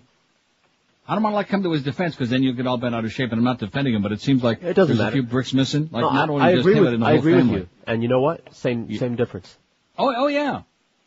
U.S. allies denounce Barr on Iraq bidding. You see, you're either with us or against us. If you were not joining in of our illegal attack, our Operation Iraqi Freedom, then we're going to, stick it to you. Notions and nations that oppose the U.S.-led war in Iraq denounced today the Pentagon's decision to bar their companies from bidding for $18.6 billion worth of reconstruction contracts, with France, of all people, questioning its legality, and Canada threatening to halt aid, Germany denounced the Pentagon decision, calling it unacceptable, and Russia issued an implicit threat that in response it would take a harder line on restructuring Iraqi debt as Washington seeks. We noted, I didn't know there were any Sikhs in Washington. We noted with astonishment today that the reports will be speaking out about it with the American side. German Foreign Minister Joschka Fischer said after talks with his Russian counterpart Igor Ivanov, who used to play for the Red Wings.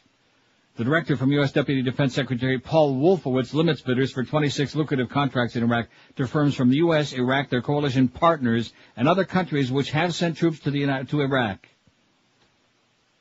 How do you like that? The initial reaction from other nations pointed more to a backlash. In Paris, Foreign Ministry spokesman Hervé Lazouz, who used to drive at Mohawk Raceway, said that France had taken note of the Pentagon's decision and was studying whether it follows international law. In other words, again, another great way to just keep isolating ourselves from everybody else, just piss off the world. Nah, nah, nah, nah, nah. That's the Bush mentality, baby. You're either with us or against us. You're either good or you're evil. Evil! 28 years. Just like Edna Wallace would say on Passions, evil. Yeah, see, Nathaniel Brazil only got 28 years, and Lionel Tate got life. Right. And at the time, I thought this is outrageous because Nathaniel Brazil brought the gun to school and wanted to go in and see his girlfriend or some girl in one of the classrooms, and the teacher, who happened to be a really respectable, well-liked teacher, 35 years old, I think, something like that, with a wife and a family. He said, no, you can't do it. And he said, well, in that case, you're dead. Man, what are we talking about? They should have fried him right on TV. 319 votes. What other show on QM do you listen to most other than Neil? 3 now for the big. Oh! He's in last place. Eddie K 4. Mo and Geldy 9. Joe Rose 17. Joe and Mark 34. Aren't you amazed? No. That we have that many people up in the wee hours of the morning? No. Hank 36. None, 99, 31%, and the Mad Dog, 117. All right. 117 for the ever-popular Jim the Mad Dog Mandich, who's just a legend, 36.6%, even though, of course, he did play for Michigan. Nobody's perfect.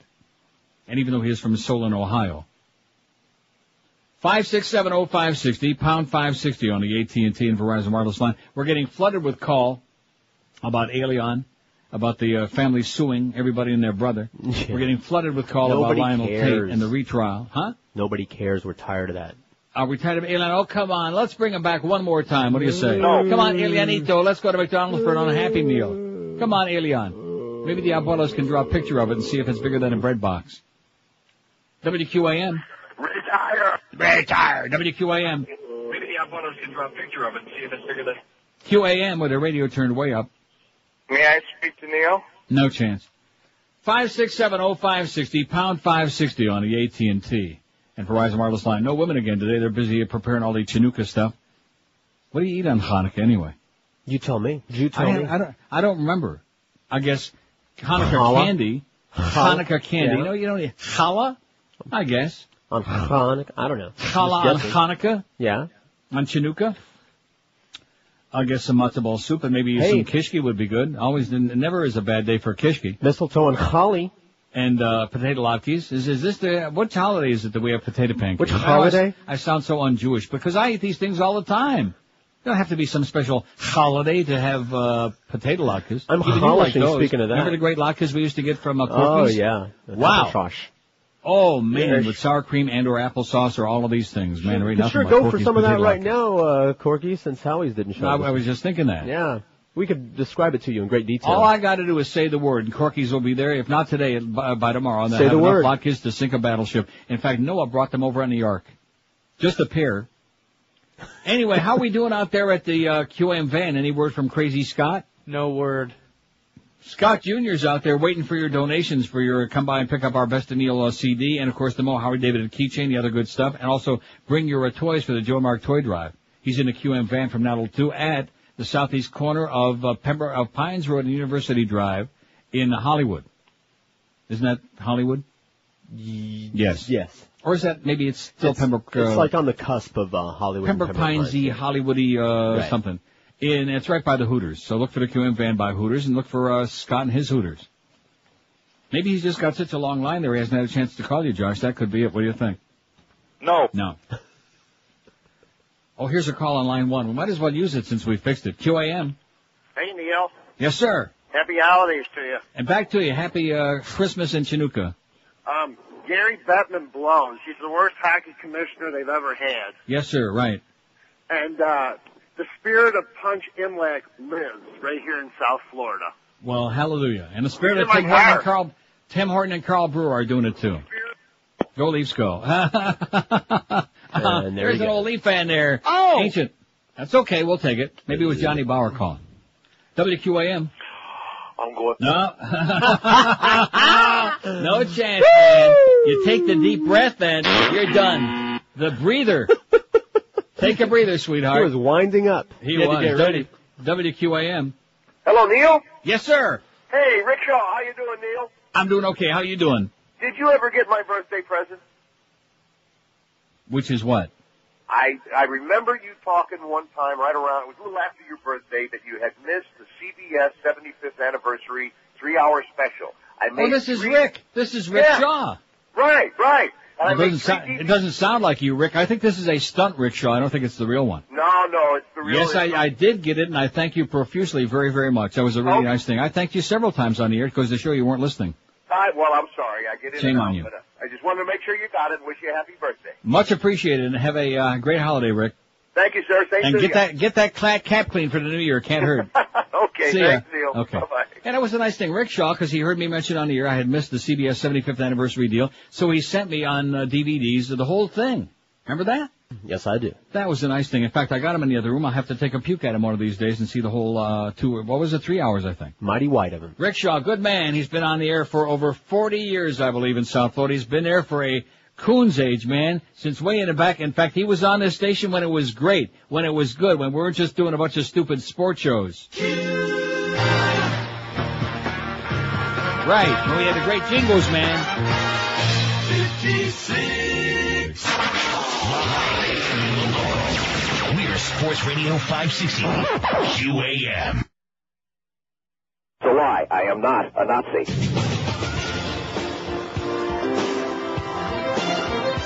After years of failed attempted mergers with cable news channels, Disney-owned ABC has decided to launch their own 24-hour news channel.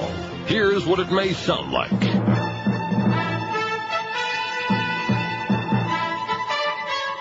Good evening. This is M. Mouse, reporting from Orlando. Our top story this evening, 9 people were injured when they fell off the... Whoop! Better give me something else. In other news, 4,000 people experienced explosive diarrhea and vomiting while disembarking the... Whoop! Better go over to sports. Here's Goofy. Gosh, Wick, I've got nothing. Back to you. Okay, then. Good job there, Rain Man. Let's check the national weather picture. Standing by in the ABC Weather Center. Here is Uncle Remus. Back together, boss. Do the weather. Do the weather. How was your vacation, boss? I don't want to do any weather dumb banter. Give me the forecast. In Orlando? I'm sorry.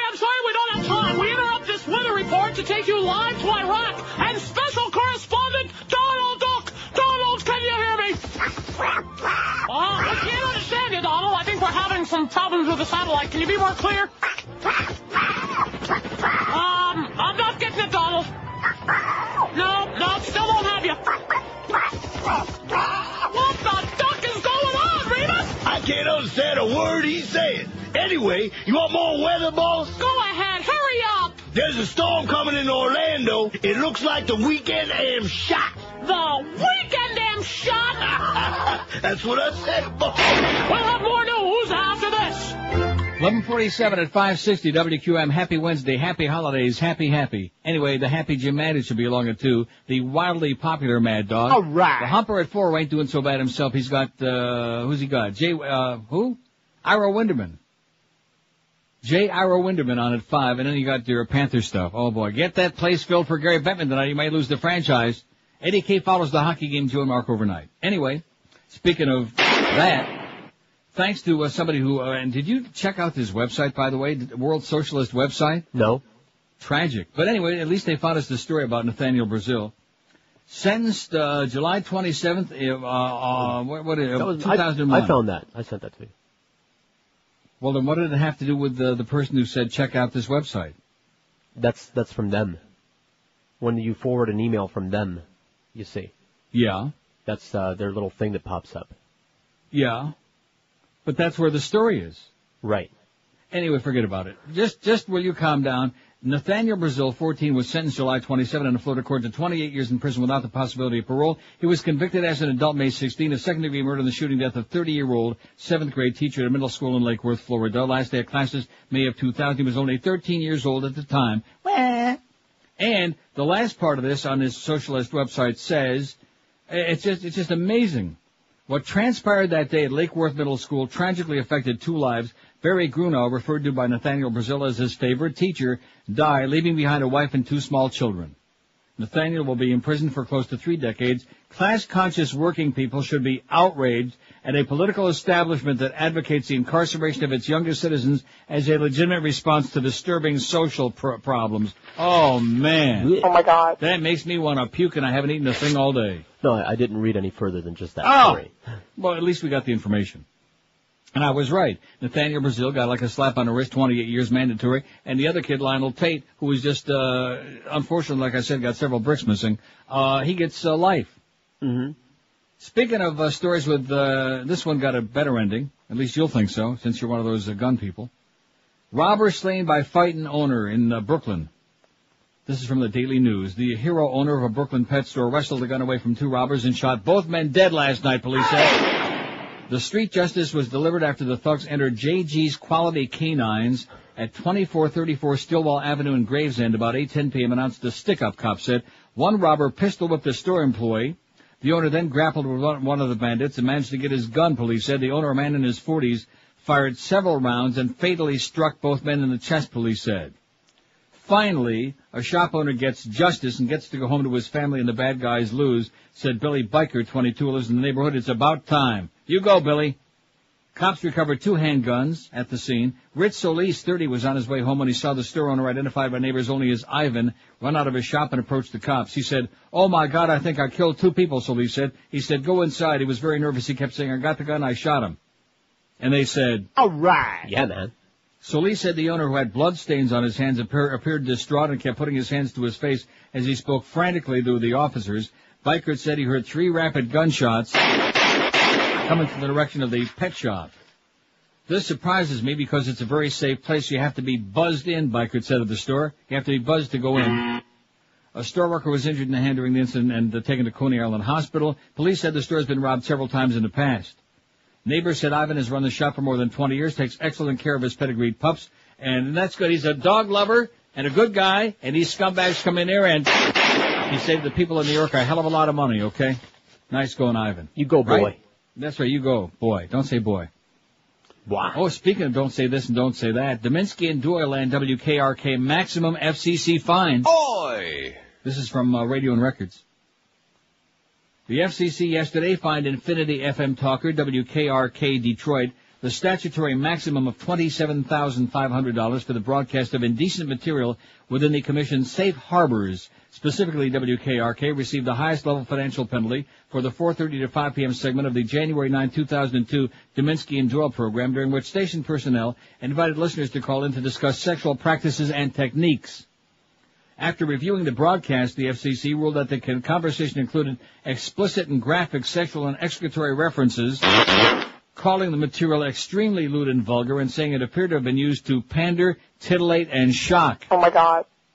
Interestingly, Infinity did not dispute that the material was indecent, instead arguing that the FCC's definition of indecency is unconstitutional. I think they got an excellent point myself, and always have thought that.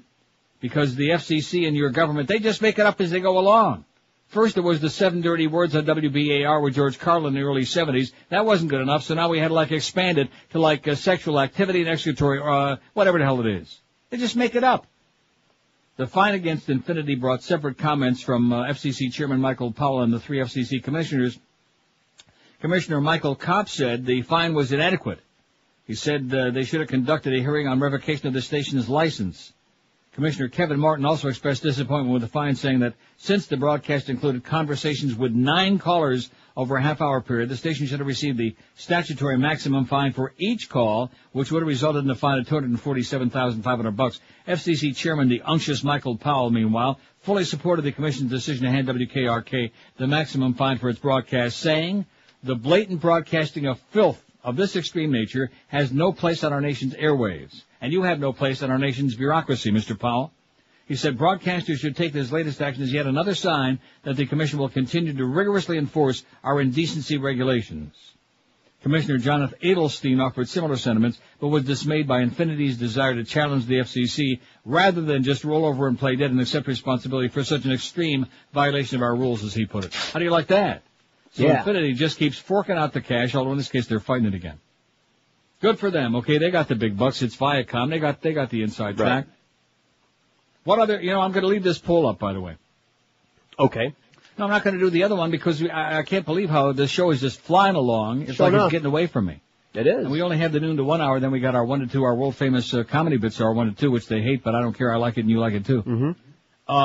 And so the other poll takes building. We'll save it for tomorrow. Nice thinking, Neil. Good. That's right. Brilliant. Right? Genius. Because we want to get everybody's take on this. This is a survey of our listeners, and I'm sure that our gigantic staff of, analysts that we have who analyze listening habits and the ratings and all these things. Yes.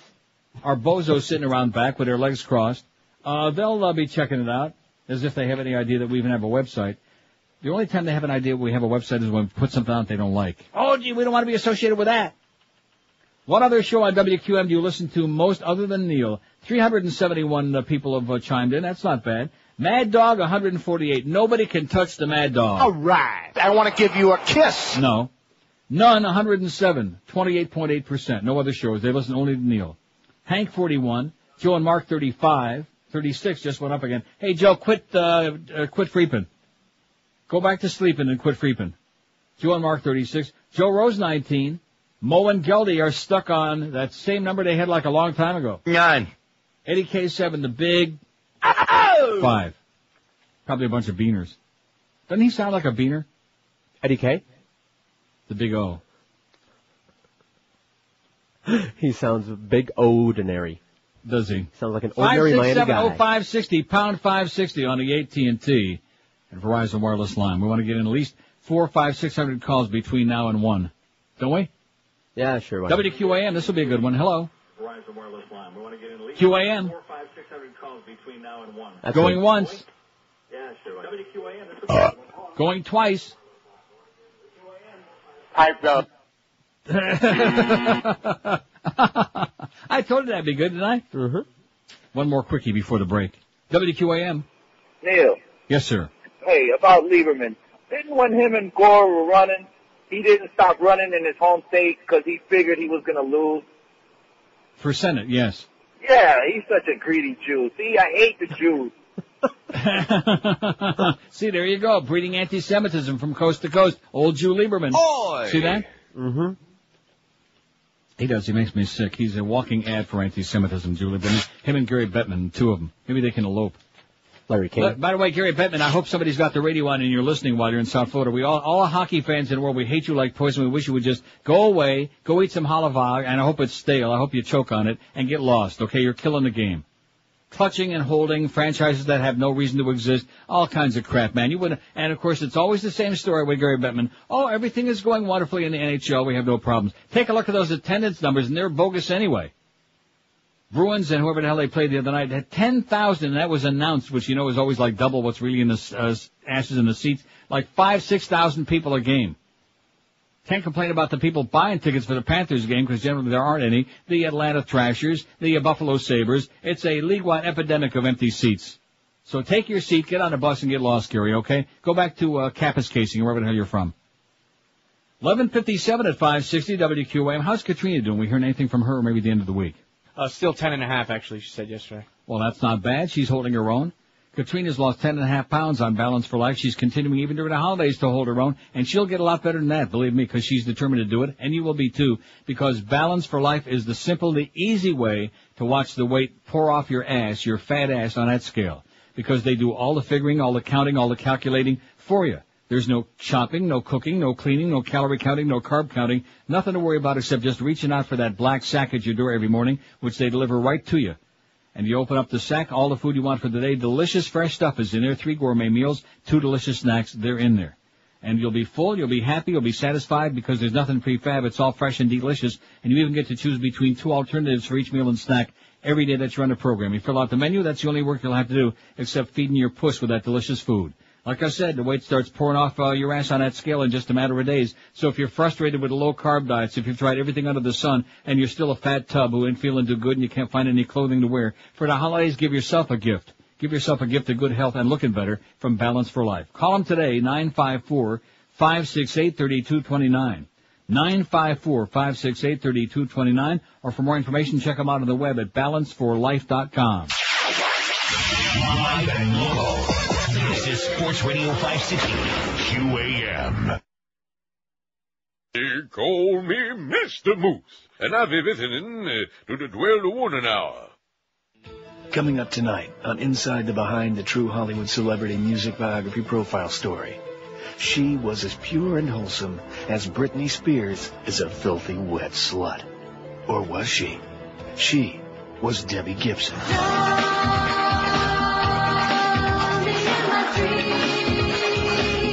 When we spoke to Debbie Gibson... It's Deborah. I'm known as Deborah Gibson now. Don't you understand? I'm not that little girl anymore. Ah!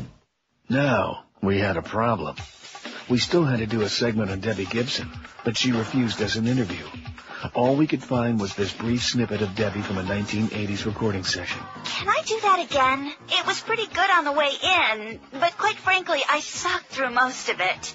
No, I'll do it again. Just let me give my throat a rest. Desperate for an interview, armed only with this soundbite, and frankly, eager for revenge, we at Inside the Behind had to ask ourselves, why was Debbie Gibson so anxious to put the past behind her? This prompted our first question. So, Debbie, what did you think the first time you slept with a donkey? Can I do that again? Oh, really? What made the experience of bedding down with an animal so rewarding? It was pretty good on the way in. Why, you little minx. Brass tacks, Deb. What was really going on with you in the 80s? Quite frankly, I sucked through most of it. That must have been difficult for you, Debbie Gibson. No, I'll do it again. Just let me give my throat a rest. And there you have it. Thanks, Debbie. Oh, sorry, Deborah. Next time, girlfriend, stay for the interview. We're not the people you want to piss off. It's a big, juicy, sopping wet look at show business tonight on Inside the Behind. 1204 at 560 WQM. We've raised a fortune out there at the QM van today, I'll bet. How much we got? We got $80, and it's pouring. Oh, it's pouring? All over the place down here, apparently. Oh, it's murky and cloudy here and dripping a little bit, but it isn't exactly pouring. So that'll be the excuse today. We only raised $80 because it's raining cats and dogs. And we're trying to help out cats and dogs, but nobody seems to care today for abandoned pet rescue. We got, he's got nothing else to do. Scott's sitting on his ass out there. Scott Jr. Till 2 o'clock, he's on the southeast corner of Pines and University, right by Hooters, in a QM van. So we'll see. We'll do the best we can, right? Bring some toys, too, for Joe and Mark. No stuffed animals, please. Right? Right.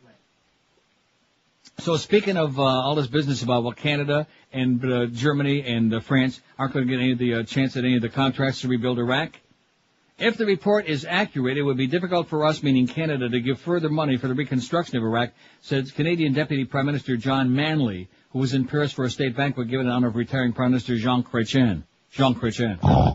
To exclude Canadians just because they are Canadians would be unacceptable if they accept funds from Canadian taxpayers for the reconstruction of Iraq. Stephen Hogue, a spokesman for Prime Minister Chrétien, said Canada so far has contributed more than $190 million U.S. to the rebuilding effort. So in other words, it's okay to take the money, but if you want any Canadian companies to go in there and rebuild and get any contracts, Bafangula, okay?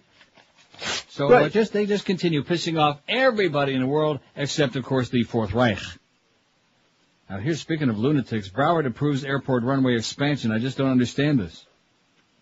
What's After not more to understand? than 5 hours of emotional public testimony and debate, Broward County Commissioners voted to extend the south runway and to explore building a second runway on the north side of Fort Lauderdale Hollywood International Airport. About 500 people showed up at the public hearing, which capped more than a decade of debate over the airport. Commissioners voted 7-2 for the two-pronged approach under which the county would continue planning for the long-discussed south runway extension, as well as for a north parallel runway south of Interstate 595. I don't think we're going to get out of this thing making the south, the north, or the west happy, said Commissioner Kristen Jacobs, who presented the idea. The plan would come with strict restrictions. The south runway would be as much as 1,000 feet shorter than the 9,000-foot runway that's been discussed since the early 90s. The county would also try to develop flight paths to lessen the impact of airplane landing and takeoff noise in neighborhoods. The county would also agree to limit the number of gates at the airport, effectively capping growth. Commissioners also were supportive of an idea proposed by Commissioner John Rodstrom to ask airlines whether they'd pay higher fees to finance the cost of buying homes around the area and help pay to insulate them from noise. Right, the answer is going to be no way. That's one of the, they hate that. They don't want any part of that. The airlines that are trying to keep their head above water, and their planes too. Mm-hmm. I'm trying to see. And on Tuesday, more than 540 people packed the county commission chambers and several other rooms at Broward County Governmental Center to hear more than 100 people speak. Dozens were already staking out seats by 5 p.m. One group, Friends of the Airport, handed out stickers reading, "Yes, South Runway Extension." Longtime detractors of the South Runway plan greeted people with blue T-shirts printed with "Vote North Parallel" on the front in white. The crowd overwhelmingly supported alternative proposals, such as the parallel north runway or no expansion at all, but dozens of Fort Lauderdale residents who live north of the airport also spoke up. No matter what your collective decision is, not everybody's going to be pleased, said Ray Figueroa of the Lauderdale Isles neighborhood north of the airport. The collective decision should not just be about the north side versus the south side. It shouldn't be Melaleuca Gardens versus Lauderdale Isles. That's what it should not be. The decision is about what's best for the whole county. Well, they listened and bada-beep, bada-boop, bada-bop, and most of the people were getting it, and they went ahead and did it, 7-2. So that was really a very worthwhile hearing, wasn't it? Yeah. They listened to the people, and they said, up yours. Right. Man with explosives held near U.S. Embassy in Beirut. Lebanese soldiers arrested a man carrying a bag full of explosives as he tried to enter the U.S. Embassy in a Beirut suburb today, security sources be saying. A person with suspected improvised explosive device tried to get into the embassy. Embassy guards found him suspicious. The Lebanese army forces arrested him, an embassy source said. A Lebanese security source said soldiers searched the man carrying a sports bag at the external entrance of the embassy and found explosives inside. He said it wasn't immediately clear if the man in his 30s about 30, man, planned to blow himself up at the embassy.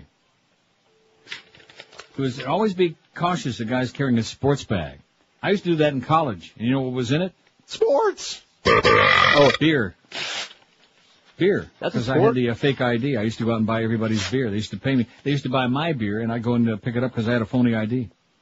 Actually, I didn't have a phony ID. I had a New York State, the driver's license. In those days, you could erase it in pencil practically and put it. No, really. There was no picture, no nothing.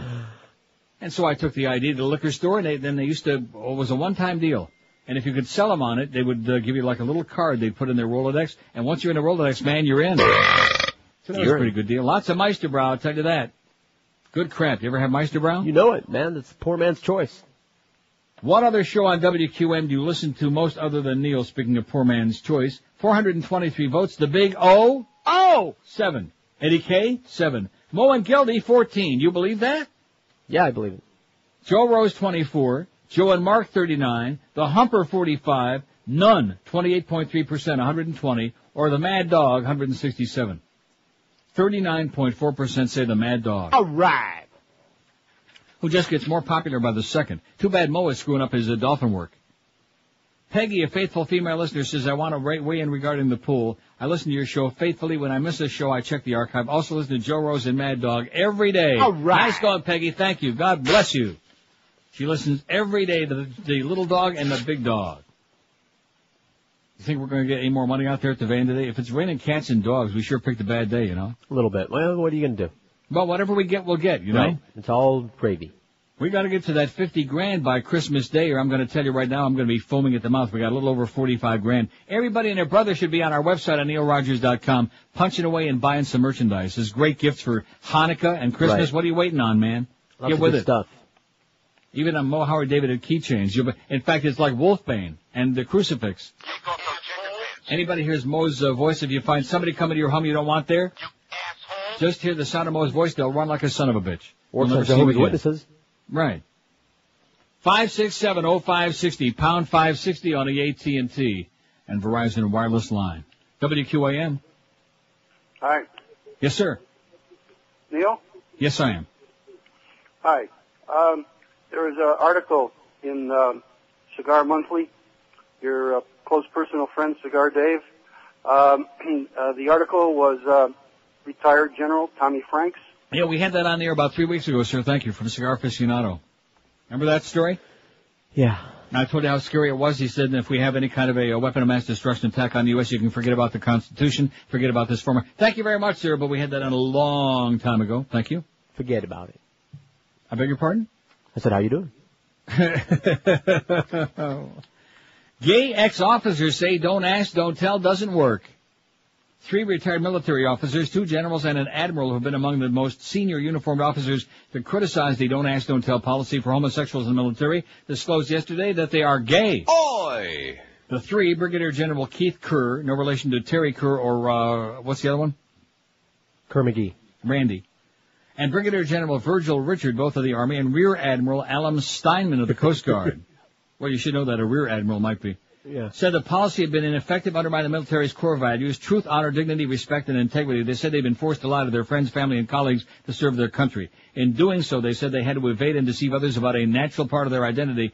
The officers said they were the first generals and admiral to come out publicly. They hoped others would follow. They're the highest-ranking military officers to acknowledge that they are gay. Colonel Marguerite Kammermeyer was discharged from the Washington State National Guard in 1992 for being a lesbian. She was later reinstated. How do you like that? I mean, dykes are in now, so she was reinstated. Nearly 10,000 service members have been discharged for being gay under the Don't Ask, Don't Tell policy, which was signed into law by President Clinton November 30th, 1993, after the right-wingers after all the Congress said, oh, you can't do that, Bill, when he tried to, eliminate those laws against gays in the military, like just about every other country in the world, even the Israelis. Right. The group made the officers available to the New York Times as part of a campaign to mark the anniversary of the policy's official inception. Don't Ask, Don't Tell was a compromise to prevent gay men and lesbians to serve without fear of harassment or expulsion as long as they shut up. As long as they stay deep in a closet. And nobody narcs on them. There you go. That's America for you, baby. Just stay in the closet, be a liar, be a phony.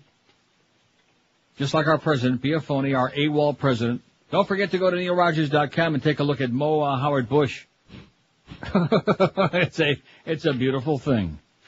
Seriously, I didn't realize that. I know that he's got Rumsfeld and Cheney. You think they are the Three Stooges? Yes. That could be it. Now that you mention it. 12:13 at 560 WQAM. It just wouldn't be Christmas without a Vermont teddy bear under the tree, and adults love them as much as kids do. The Mother and Cub set is perfect for Mom. You can add as many cubs as you need with your kid's name on the outfit, or send the baby's first Christmas bear and put the baby's name on the bib. Each Vermont teddy bear is handmade in Vermont, will last forever. So call a friendly bear counselor at 1-800-829-BEAR or shop online at VermontTeddyBear.com. There's guaranteed to be a perfect bear for everybody on your list, like the Santa Bear or the Peace on Earth Angel Bear. And guys, you can send your wife or girlfriend a fun bear with an attitude, or both of them if you like the holiday heartthrob wearing silky heart boxers and the Santa hat. You won't believe the amazing reaction you'll get. You might even get lucky. Order now, have the bear delivered overnight or Christmas week. You still have plenty of time. Call 1-800-829-BEAR or shop online at VermontTeddyBear.com. Be sure and tell them that crusty old Neil, that miserable old Neil, told you to call 1-800-829-BEAR. Live and local. We're Sports Radio 560 QAM. Don Shula, There is never a dull moment at Walmart. I love working at Walmart. We stay at Walmart way after our shifts are over, partly because we love it, but mostly because they lock us in. It's more than a store. It's a fun place to visit. The best thing about being on the Walmart team is not having all those forms and papers that workers with health benefits have to worry about. You never know what you're going to find at Walmart. They just come in for the fun of it. The immigrants are the best at Walmart. They clean our toilets practically for free. At Walmart, I don't need no stinking green card. We don't need no badges. I don't have to show you any stinking badges. It's like my morning routine. Drink coffee and wake up at Walmart. 12:18 at 560 WQM. We've been very remiss. We had a very famous person die yesterday, and you're not even aware of it. Who? Senator Paul Simon of Illinois. He died? The musician? Oh, the senator. No, not the singer. Senator Paul Simon. He used to wear that bow tie all the time. Oh, that's the bow tie guy. Don't you remember him? Spinning the bow tie propeller. guy. Yeah, what happened to him? He's dead. I didn't know he was sick. Paul Simon, the bow-tie-wearing missionary son who rose from crusading newspaper owner to two-term U.S. Senator and presidential aspirant, died Tuesday, a day after undergoing heart surgery. He was 75. Simon's daughter confirmed his death at St. John's Hospital in Springfield. Speaking of Springfield, you know that actually on Guiding Light, which I almost never get to watch anymore, but they actually said, what's his name? Danny is running for mayor of Springfield, Illinois. It's on most of the soap operas. They're like in a city where you know the name, right? But it's generic. Like you don't know if it's Michigan or Illinois, somewhere in the Midwest. They actually said Springfield, Illinois, which I thought was revolutionary, wasn't it? No. And like Harmony in New England. Anybody hear of Harmony? No. Where everybody hates each other and all the marriages never happened and they went to divorce? You better start watching Passions, mister. Okay. Even just to see Sheridan. Now, before you die, you must see Sheridan. I saw her. And you didn't like Sheridan? I like Sheridan. To me, she's one of the hottest women in the world. If I were so inclined, man, I would just, wow. I'd be crawling on my hands and knees. That damn Luis and, what's his name? Antonio. Anyway, here's a fax that says, I think some people are missing the point when it comes to qualifying as a contractor to rebuild Persia. Those were American-made bombs that were delivered by American-built airplanes, flown by American troops and paid for with American tax dollars. Remember, to the victor goes the spoils. That's the American effing way. Now, using trickle-down economics, the American citizens will reap the fruits of war. Oops, I think I stumbled onto something, he says. Plus, totally conceived and written with tongue-in-cheek. But I'll wager the farm this is the attitude of many Americans. No wonder the rest of the world hates Americans. Where's my cheap gas? Great segue, by the way. Where's my cheap gas to this story that I just printed out from the Christian Science Monitor? What a segue. It's a scene repeated daily throughout Iraq. Hundreds of motorists queuing on the side of the road, waiting patiently for their turn to fill up their cars with gas. Maybe that's irritating gas. It's irritating now. I'll tell you one thing, they're pretty irritated is right. Ihab Hussein, a student at Baghdad University, joined the queue for the Liberation gas station at 8 a.m. Oh yeah, the Liberation gas station. Must be free gas. It took him 4.5 hours inching along a line of cars, stretching almost 2 miles to reach the pumps. It makes me very angry, and it's getting worse, he says. For a country floating on the second largest oil reserves in the world, it's bitter irony for many Iraqis that the country is facing a fuel crisis that's created shortages of gasoline, diesel, kerosene, and propane. How do you like that? Winter is coming. Officials blame a lack of regular electricity. I wonder why the electricity went out, don't you? To work the pumps, a huge increase in the number of vehicles, attacks by militants against oil pipelines, a thriving black market, dilapidated old oil refineries, and increased demand in the Kurdish area of northern Iraq, which was denied fuel during Saddam Hussein's regime. An awful lot of the problem stems from black marketeers, and the perception in the country is that there's a fuel shortage, which has resulted in panic buying. The coalition says 1 million gallons of fuel are to be imported from Turkey this week, which the official says will help address the problem. And it goes on and on. But they got Surus, man. And they don't have too much electricity, so they can't run the freaking pumps if they did have the oil, which is all underground waiting to be pumped. They're waiting to pump it. And guess what? What? Remember what I told you about? We were thinking about buying some of that stuff, vaccine from the Europeans. Stuff? Oh, we're doing vaccines, it. okay. We're doing it, baby. Rectum. Some of that vaccine from the Europeans. Rectum. I mean, the unsafe drugs, see, they want to have it both ways. Uh-huh. They want to brainwash the American public, especially the senior citizens who are getting screwed with this Medicare bill. They want to brainwash the public. Oh, you don't want to get those cheap drugs from Canada. They're not safe, eh? They're probably like smuggled into Moose Jaw by way of Liberia or some grotesque place. And now, of course, the same was being said about Europe. Any that weren't like right within the confines of the continental U.S. We're not too sure about Hawaii because they vote Democratic. And now, all of a sudden, that they're running out of the flu vaccine, well, we're going to import that European. You're a bunch of freaking liars in the government. You're liars. You're not fooling this kid anymore. And anybody listening within the sound of my voice with a brain knows that all of you lie. Democrats, Republicans, Independents, you're all a bunch of effing liars, man. You're a bunch of grave robbers. You're in for your own damn good. You can't complain about the heroes we got to look up to anymore because there are no more. No more. When we do those polls, who do you admire? And he said, well, I don't know.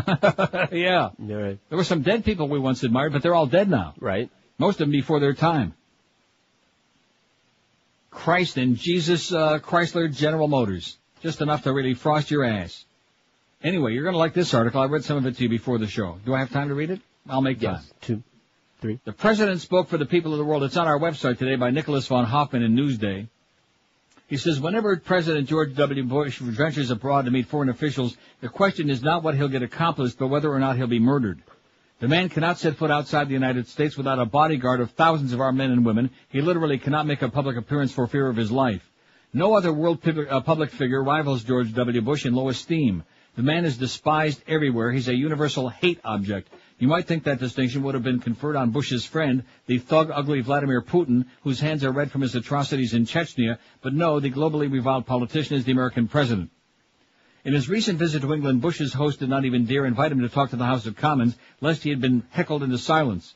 The newspapers remarked that in this, only the second state visit by an American president, he made no public appearances for fear the normally law-abiding English might have done something untoward to his presidential person. For whatever reasons, no comparison between these two state visits was made, one by the least and one by the most popular American president, Woodrow Wilson. If Bush is the despair of most of the world, Wilson was its hope. Wilson's bodyguard was the common people. Everywhere he went, he was the idol of the masses, wrote journalist Mark Sullivan. Never since Peter the Hermit had Europe so blindly, so eagerly followed one leader. It was frequently said during late December 1918 that Wilson could overturn any government in Europe by an appeal to the people against their rulers. Millions turned out for him. Historian E. Dodd wrote, the masses of European peasantry, shopkeepers, and day laborers looked forward to his arrival as men looked in medieval times to the second coming of Christ.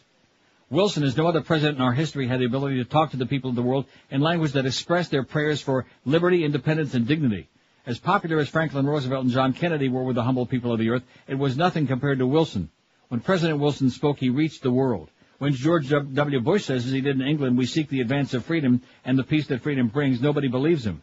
When Woodrow Wilson spoke of peace, the self-determination of peoples, and the spread of democracy, everybody did. Wilson, of course, was a superb speaker who never uttered a word that he hadn't written himself. Bush is a mediocre speaker who likely has never uttered a word written by himself, but the major difference lies elsewhere. Wilson, who belongs up on Mount Rushmore with the other biggies, had the flaws to match. He led our nation into a war that millions of his fellow citizens bitterly opposed. His civil liberties record makes George W. Bush like a card-carrying member of the ACLU, yet he could say and not be met with derision that sometimes people call me an idealist. Well, that's the way I know I'm an American. America is the only idealistic country in the world. He was an idealist. It was with him that foreign aid begins. It was with him that America for the first time goes to war to uphold the grandest of ideals and means it. With all the mistakes that were made in negotiating the Treaty of Versailles in 1919, it remains that perhaps for the first time ever, a major world power used it to secure freedom and self-determination for other peoples. Above all else, Woodrow Wilson set before the world the ideal and goal of all the nations working together to prevent war and establish permanent peace. The idea of a League of Nations as the instrument to accomplish these goals came from many people and organizations, but Wilson was the politician who took up this dream and carried it forward until he was felled by a stroke while trying to convince the American people to embrace it. By contrast, George W. Bush is a pre-Wilsonian, the retro politician who has so convinced the world that he wants to boss it that his occasional statements in favor of working through the UN, Wilson's grandchild, are not taken seriously. When Wilson used the word freedom, it had body, heft, and shape for his listeners. When Bush uses it, which he does incessantly, it's received as sloganeering on the part of a politician sinking in the sand in his exertions to produce a puppet democracy in Iraq. There is one word, however, that President Bush never uses, and Woodrow Wilson did. The word is victory. Wilson promised it and delivered. George W. Bush can't and won't. 27 past noon at 560 WQAM. Big news, Hallett Pontiac GMC is now Auto City Pontiac GMC of Pinecrest. Expect the same great Neil deals and customer satisfaction you're accustomed to when it was called Hallett Pontiac for about 1,000 years. Right now at Auto City of Pinecrest, it's an end-of-the-year clearance sale on all remaining 2003s in stock. Take advantage of 0% financing for up to 72 months or save up to $9,000 with rebates and incentives. Did you just crack your knuckles? Yes. Or save up to $9,000 with rebates and incentives. And George will show up there when you make your deal and crack his knuckles for you. Attention lease customers, ask Auto City of Pinecrest about their lease pull-ahead early termination program. There's even more great Neil deals at the brand new Auto City Pontiac GMC of Pinecrest. For a limited time, just sign and drive home your brand new GMC Sierra with absolutely no money down. It's the new Auto City Pontiac GMC of Pinecrest at 13401 South Dixie Highway. That's US 1 across from the Falls, open every day, 7 days a week. If you want more info on these great deals, call the Neil Deal Hotline, toll-free, 1-888-534-4211. That's 1-888-534-4211. Keep in mind, all offers subject to credit approval. See our friends at Auto City for details. The brand new and exciting Auto City Pontiac GMC of Pinecrest. Low prices without the high pressure. Live and local. This is Sports Radio 560. QAM. Gather round the trucks on snowy Christmas Eve. They stand and wait for a Red Cross crate of moldy surplus cheese. Oh! It's Christmas in Bosnia when enemies are friends. All right. The only time of year when nobody Everybody winds up dead. The barbed wire fence is festooned with colorful lights, and all the rotting carcasses are brushed to the side. It's Christmas in Bosnia when kids come out to play. Take a nimble walk through a minefield and exchange grenades. The UN parachuting in some big bags of heat. But you won't find Sally Struthers joining in on the feast. 'Cause it's Christmas in Bosnia. There's merriment and mirth. It's a prime result of religious cults in the armpit of the earth. But you got yours and I've got mine. Who cares anyway? That it's Christmas in Bosnia today. All right. 12:33. Whatever happened to that walking around in women's underwear bit on that Santa Claus CD? You got it? I don't know. George just left for a minute. George left. George went home, folks. He just left. Maybe Josh has got it. I don't think you got it. Don't let me don't forget to ask him that when he comes back. Speaking of important things, you got Scott sitting out there on his ass at the QM van. Any update? Yeah, actually, a lady wrote him a $100 check. Now he's got $200. All right. Thank you, ma'am, whoever you are. We got $200 for abandoned pet rescue because Scott's lonely out there. Of course, when you see him, you'll understand why he's lonely. He should be used to it, though. You don't want to get too close to him, Scott Jr. At any rate, he's in a QM van on the southeast corner of Pines and University Drives near the Hooters. And we've got all our Best in Neil merchandise. He's got the Mo Howard David keychains, which are a collector's item. Because we think that Mo will be dying pretty soon, and these might be worth something someday. But we doubt it. And then we got the Best in Neil CDs and a bunch of other stuff. And don't forget to bring your toys for the Joe and Mark Toy Drive. Look at that survey, man. It is impressive. George ran out to take another crash? Wow. No, I went to get a Doritos. I thought you had... Oh, that's right. Tomorrow you're going to get Corky's and potato pancakes. I hope. You'll see the power of Neil. Oh, God. We want our friends at Corky's some brisket and potato pancakes for you and Josh tomorrow. Yeah. Sounds good. Brisket on rolls that they sent. Sounds good. Yeah, and then, of course, Beast can come in and partake. He doesn't have to eat any of their rolls, just the brisket. That brisket they brought the one time, that was some of the best brisket I've ever had in my life. Should have been illegal. I kept singing a tasket, a tisket. I'd like some more brisket. It's Atkins. It's positive for Atkins, which don't let me forget the story about the Atkins and the egg prices. Hey, don't forget that story. 501 votes. What other show on QM do you listen to most beside Neil? 502 now. They're pouring in by the ones. Mad Dog 198. 198 for the Mad Dog. I'm serious. I only wish I could be half as popular as the Mad Dog. Seriously. None. 141. Those sound like Doritos to me. Are they like the cheese flavor or just your regular, ordinary, pedestrian, boring? Just nacho cheese. Oh, that's good. They got a lot of trans fats in them, by the way. It'll kill you. Kill you dead. None, 141. 28% of this audience listens only to the show and nobody else on the station. Well, I don't know if that's good or bad. Is that good or bad? No, it's good. Good. We want them listening all day long, even on the shows that they hate. Hank, 53. Joe and Mark, 44. Joe Rose, 32. Mo and Geldy, 15. They're moving up. Absolutely. The Big O has got 11. Oh! And Eddie K's got 8. Now here's the fax that says, I tried listening to Neil Rogers Archives on the webpage. It's frustrating when a connection drops and I have to start from the beginning of the show again. Is there anything you can do or ask Eric to fix or modify the show's archives so the user can fast forward or jump to the next hour of the show? We're asking, Eric, is there anything you can do? Well, he'll figure it out. No. No? I don't know. Well, then don't be so negative. Let Eric work on it, okay? He's got an easy day today now. I started him out with 29 bedtime stories, which I apologize for being that heavy duty. I didn't intend that. There was just a lot of important stuff. And then we wound up with only one poll. You don't have to change it. He's got the one for tomorrow. He's all set. We can get off his ass now, which, quite frankly, we want to be near it. Speaking of irritating gas. Plus, the loyal listener says, P.S. I only listen to you in the Mad Dog. I can't stand gambling shows with 10 zillion commercials, and I hate that fat F you. Hey, somebody hates you, Hank. That was funny. He's used to it. He don't care. And neither do I. We're used to it. Some people like us. Some people hate us. Some people, they can take us or leave us or whatever. Yeah. We don't care. We're getting big bucks. Now, listen to this. What was I going to ask George? I give up. No, I told Josh, don't let me forget to ask George. You asked him about a bit. About a bit? Like the name of a bit that you want? Oh, no, I was asking about walking around in women's underwear. Right. That Santa CD. I don't know where. It's not here. I've been scouring my drawer here and I can't find it. Is that a you got it? TM Century? What is that?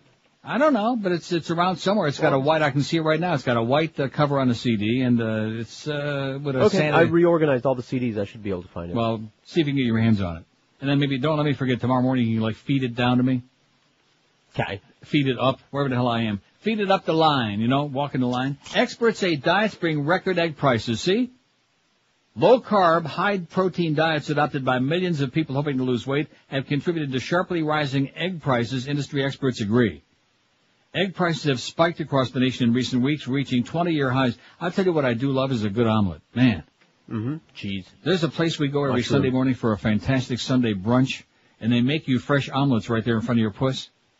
And, they got, you pick what you want in cheese or a little diced ham or onions or scallion. I'm telling you, man, there's nothing like a good omelet.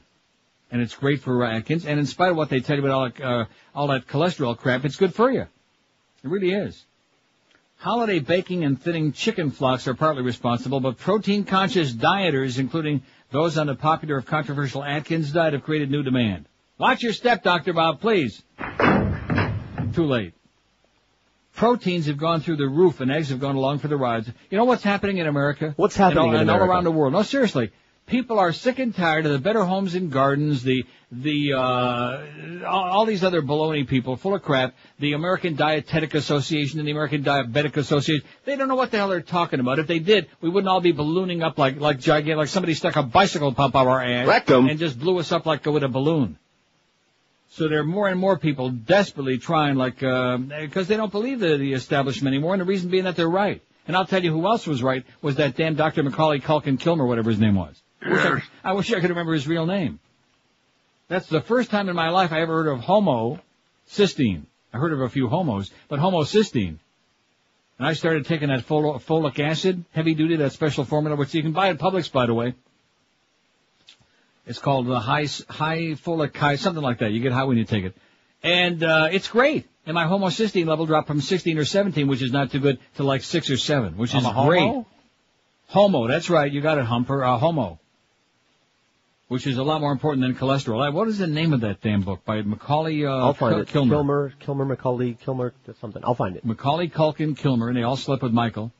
Let me say it again. All you people that got sucked in by those stupid headlines yesterday with that ABC website, that smokinggun.com, shame on you, okay? I don't want you to mention any names. I can understand Miss Fudge, because anything that's wild and dramatic and hysterical, he's got a big headline, like the story he had about Barbara Streisand, and she won't be eligible for the Grammys. Guess what? You're wrong as usual, Miss Fudge. Miss Fudge, you got some bum information. Do we hear anything more about Bob Kunst and that write-in for Hillary? No. He probably whispered that in his ear during a moment of passion. Shame on you, some of you folks out there, for blasting those headlines when you don't know the real story about the story. There's absolutely nothing new in there. It's just part of the spin by Mark Garagos and the Let's Defend Michael at All Costs team to smear the family, to make up all kinds of crap. Oh, well, they already admitted he didn't do nothing. Bull crap. In fact, they already said that it only came after he underwent the therapy that finally all of this came out. Squirt, squirt. Oh, speaking of all of this came out, you got to watch Happiness again. Okay. I watched it again last night. That really, when we were talking about movies a few months ago, that movie is it's disturbing, but it's funny as hell. And the ending, if you only watch the ending alone, is worth the last 30 seconds. Here you go. It's Kilmer McCulley, the homocysteine revolution. Thank you. We should have that as part of our recommended reading on our website. Kilmer McCulley, the homocysteine revolution. Seriously, and he's got some very important stuff in there about those, what do they call them? Those, no, not the the cholesterol drugs, statin drugs, like Zocor. By the way, Dan Reeves is going to have a lot more time to peddle Zocor. He got canned in Atlanta. But I'm just telling you right now, those statin drugs, another big money maker for the drug companies. I'm telling you, folks, read that book. Your life depends on it. What was that? Oh, you got it. Walking around. Let's play that out of the break. Anyway, Brandy Shoes has been around a damn long time. Rick Shaw called earlier. He's been around in town 40 years. I've been around about 30, man. And Brandy's is right there with us. They've been in town for 25 years, fitting your feet right with great name brand shoes at unbeatable prices. And they give you personal friendly service to make sure you get a perfect fit every time, which of course is the most important thing. As far as brands, they got Rockports, Echoes, Mephisto, Timberland, Clark's, SAS, Florsheim, you name it, they got it. And a big range of sizes, no matter how big or small your feet may be. They'll fit you perfect. You can bet Rickshaw's life on it. They got men's 6 to 15, women's 5 to 12, and widths from the very, very narrow to the big, fat, and wide, even if you got like cankleitis. Isn't that what they call it? Yeah. Brandy Shoes at 1290 North Federal Highway. They're open daily, Monday through Saturday, 9 to 9, and Sundays, 10 to 5. How do we know that Hillary's got cankles? Do we really know, or somebody make that up? We've seen them. Oh, geez. I bet they smell, too. All this week at Brandy Shoes, men's Rockports per walkers are only $48.90. You can also save up to 57% on other select Rockport styles this week at Brandy Shoes. So be sure and zip into the store or visit them on the web at brandysshoes.com. Live and local. This is Sports Radio 560. QAM. Had to make me play something, didn't you? Absolutely. Okay. Earn your $1 million a year, Fatso. The wife is missing. Didn't ask for her permission. No. I'm wearing her clothes, her silk pantyhose, walking around in women's underwear. All right. In the store, there's a teddy with little straps like spaghetti. It holds me so tight, like handcuffs at night, walking around in women's underwear. In the office there's a guy named Melvin. He pretends that I am Murphy Brown. He'll say, are you ready? We'll say, whoa, man. Let's wait until the wife is out of town. Later on, if you wanna, we can dress like Madonna. Put on some high shade and join the parade. Walking around in women's underwear. Lacy things missing. Didn't ask permission. Wearing her clothes, silk pantyhose. Walking around in women's underwear. Walking around in women's underwear. Walking around in women's underwear. Are you sure? 1248. Well, I'm glad I remember that. What a memory, huh, for an old fart? Indeed. And I even knew you had it. This is a shocking thing that you just faxed to me. Driver hit while talking on radio call-in show in SUV. It's got it all. Middle Island, New York. A woman who was on her cell phone discussing the Michael Jackson case on a radio call-in show was injured when her SUV was hit from behind. Rectum. Cheryl Picker was talking to WABC, well, that'll teach her. Right. 770 morning show host Curtis Sliwa and the unctuous Ron Kuby. Boy, is Ron Kuby that fat-faced guy that was on with Imus yesterday? I know Curtis. No, seriously. Oh, Curtis Sliwa, he makes me nauseous. Yep. Real right-wing asshole. Mm-hmm. Well, he was with the Guardian Angels, man. That's He still right. got the same stupid red cap, and every now and then they trot his ass out. Anyway, she was talking to Curtis and Ron just before 9 a.m. yesterday when the crash was heard on the radio. Kuby was heard saying, Cheryl, are you okay? Cheryl, are you... Okay. No. Picker, 44, was taken to a hospital where she was listed in stable condition yesterday. The hospital wouldn't even comment on her condition earlier today. I never called into shows, Picker said. She said she stopped on the side of the William Floyd Parkway when her SUV was hit. There have been a lot of strange incidences in 12 years on the radio, but this one takes the case, Lee was said. The only thing that came close is I spent 2 hours on the air talking a jumper down from the George Washington Bridge. You got your whole life ahead of you, Pally. Don't do it. Don't do it. Do it. Don't do it. Just do it. William Holden, by the way, was holding the bottle when he died. What a great actor. Yeah. And drunk. And a drunk. James Mason, great actor. And a drunk. Judy Garland, great actress and singer. Pill popper. And a pill popper. Rush Limbaugh, great fascist right-wing talk show host and junkie, heavy-duty pill popper. Look at that. The ambulances are just, as soon as we mention that, they're starting to go, look at that. Boy, there must be something heavy-duty. I sure hope it's not the Uptown Theater caving in again. I still say it. That was not a big story. I mean, it was an unfortunate thing. It was a big story here because it was a local story. But, I mean, I just don't get it. Here's some more good health news. I know the audience gets crazy when I do this, but I don't care. I just pass it along, and then you can pass some irritating gas, if you like it or not. A diet rich in vitamin D appears to protect people from developing potentially cancerous growths in the colon. Rectum. A study of more than 3,100 veterans found. Patients who consumed the amount of vitamin D contained in daily servings of milk and fish, neither of which I eat, were 40% less likely to develop polyps than those who got little or no vitamin D. Well, see, remember I had that incident 2 mornings ago here on the show? Right. I was checking for polyps. Tear through. The study also confirmed previous research that found that cereal fiber and regular use of pain relievers such as aspirin and ibuprofen reduced the risk of advanced polyps, and that smoking, heavy drinking, and a family history of polyps raise the risk. Diets high in calcium have been linked with a reduced colon cancer risk, and vitamin D is needed to help the body absorb calcium. Ready for that? It involved mostly men ages 50 to 75 who underwent routine colon cancer screening exams called colonoscopies between 94 and 97. The exams in which a long, flexible tube, now they have the new one, the non-invasive one, which they say is just as good, okay, but it's not as much fun.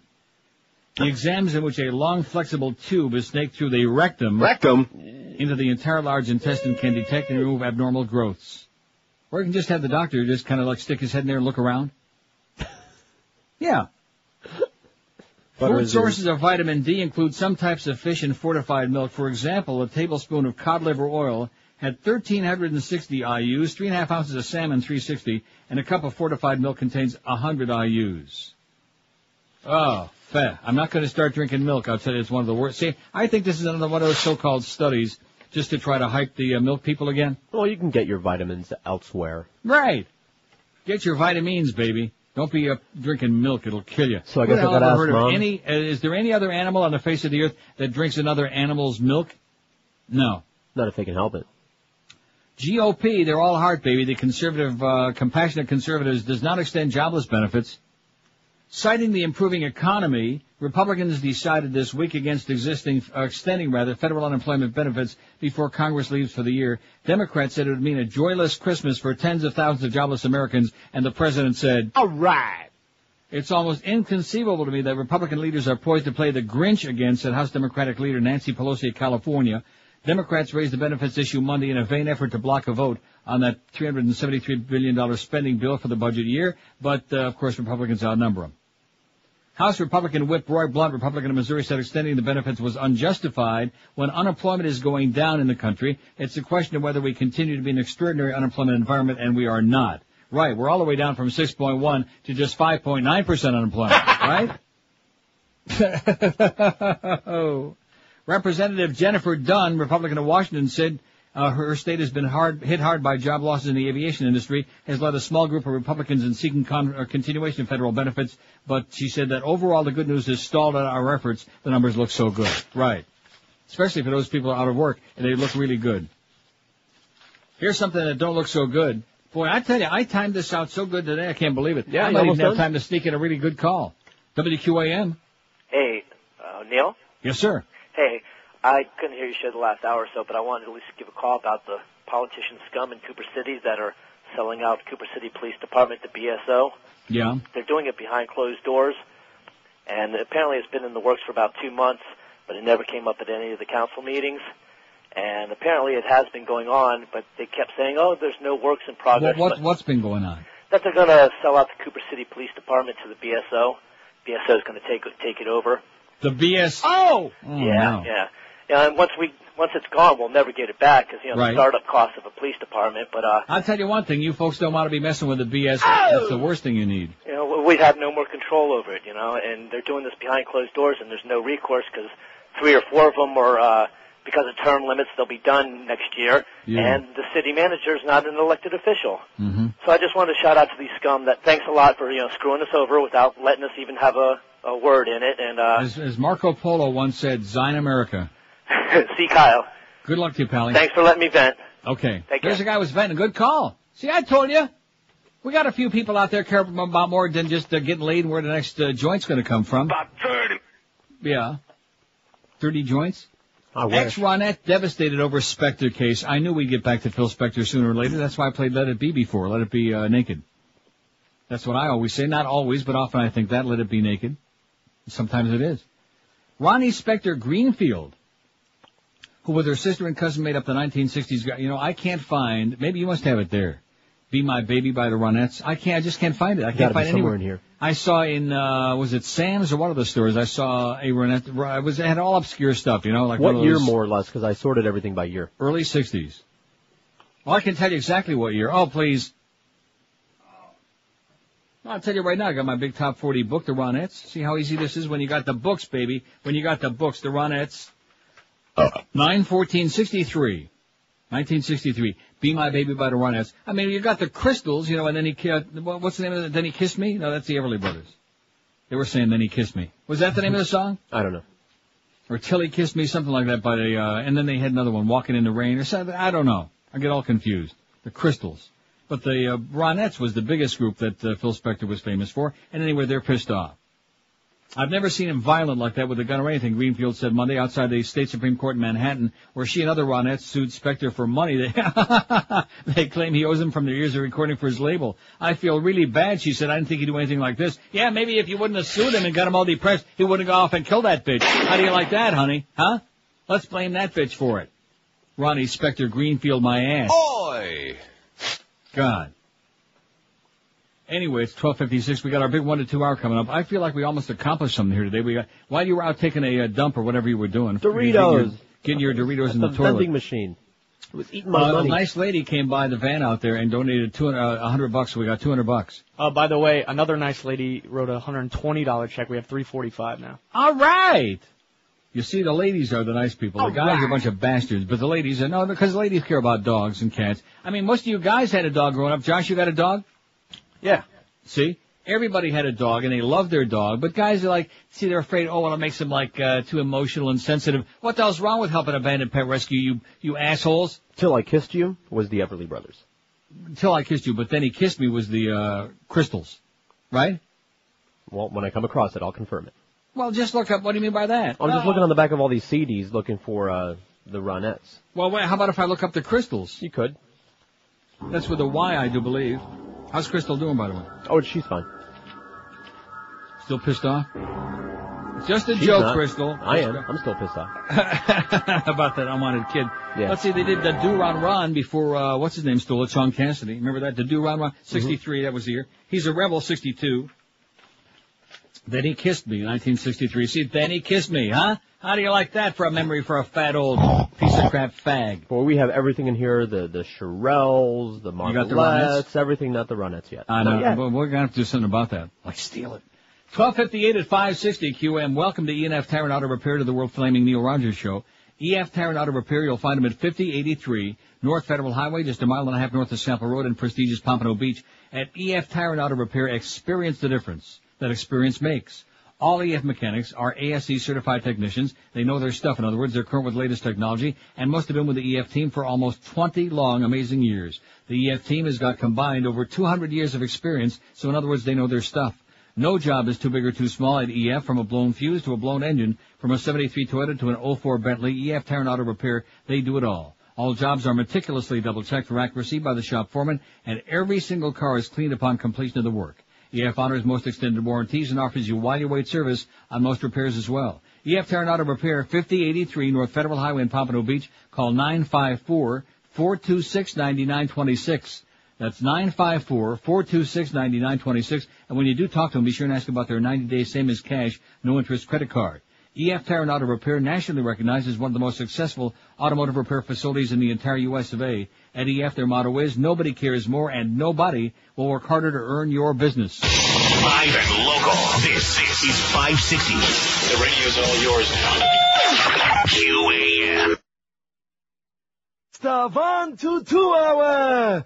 Hi, Vay. I miss it so boring. What's better than a live radio show every morning on TV? Well, just about anything. But that hasn't stopped MSNBC from teaming up with radio's original bad boy, who now looks like a nasty old lady. Listen, Bernie. Imus. Tell that intern this coffee sucks. Yes, every morning, see Imus listen to a tape of other people's comedy bits, live on the air. I need a hammer to bite into this muffin. You somebody give me a fresh one, please? Thank you. See his wild behind-the-scenes antics. Hey, listen to me, David. I am the I-Man. You are the walrus. Cuckoo-ca-choo. Now get me some fresh fresh coffee or you're fired. Imus, he's irreverent. So, what's the deal with the Pope? He's topical. So, what's the deal with this Watergate thing? He's incoherent. I'll tell you what, that, is it Doberman President? What the hell is it? I don't know. He's Imus and he's boring. And he's only on MSNBC, a cable channel nobody watches, and a bunch of AM radio stations nobody listens to. And when somebody gets some fresh jingle, it's Imus.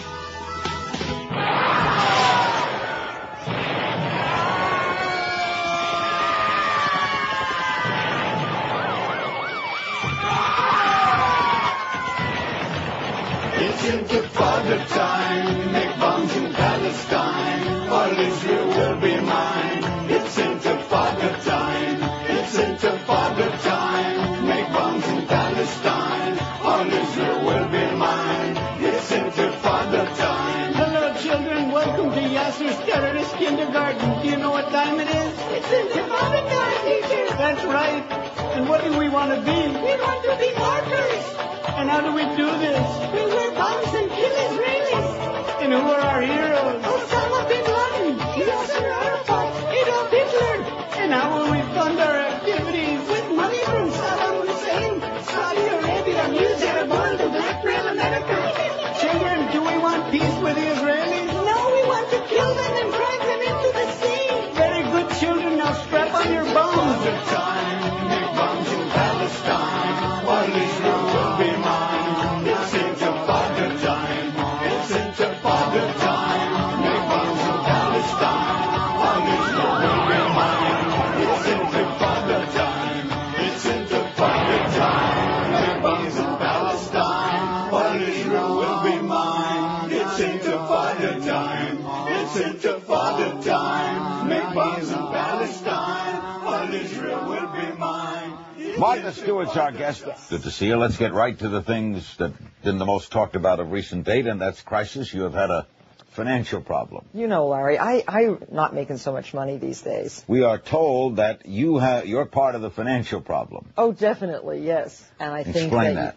Well, I sort of have an inside track, you know what I mean? Ah, that's what I mean. A lie, distortion of the truth. Uh-oh. Somewhere in the vicinity of $700 billion. Did you know it was that much? No idea. 700 billion? Billion, yes. You're kidding. Timing is everything. You know what they say? Yeah, bitch.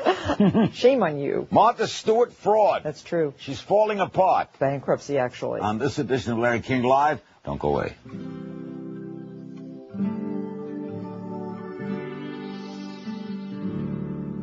Would you dance if I asked you to dance? Okay. Just for fun, would you hop on my back? Okay. Darling, please, make me feel fine. Would you invade my whole Rectum tonight? Would you tremble if I touched your lips? Would you laugh if I humped your hips? Absolutely. Now I just die if you did the thing I love by invading my whole tonight. It looks just like a zero, baby. I know I might expect some pain. It will be easier on me, baby, if you could find the K and Y. If we danced, would you unbuckle my pants? Yes. Would you cry if I held my butt high? Uh-huh.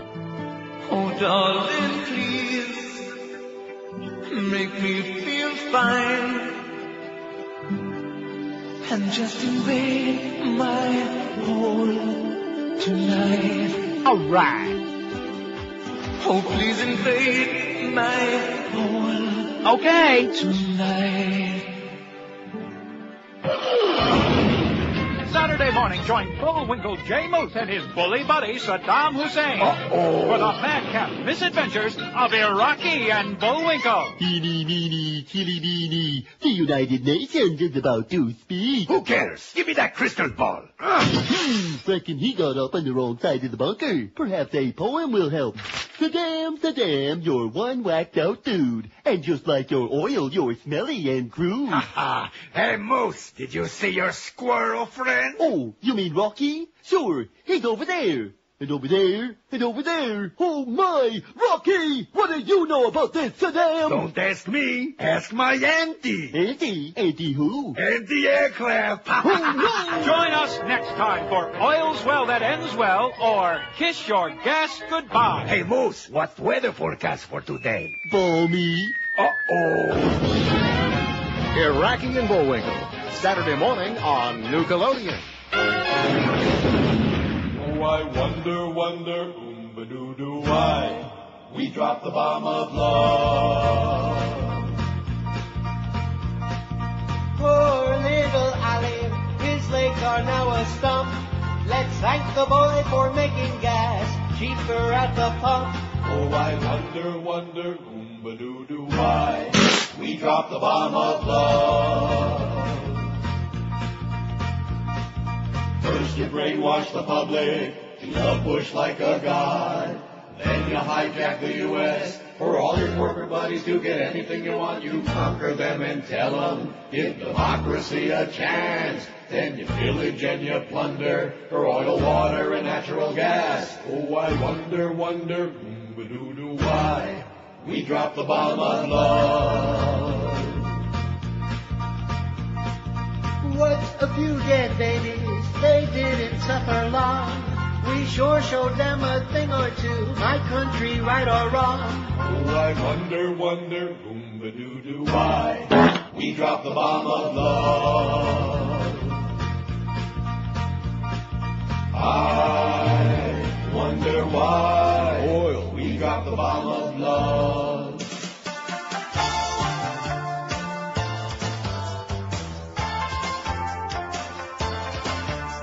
I had to buy a Cadillac, a big stinking Coupe de Ville. I wish I had my money back. It don't do much good standing still. So drag head down the desert way. Those greedy smelly slobs. Let it deal with the oil man. And now we're getting robbed. Look at these gas prices.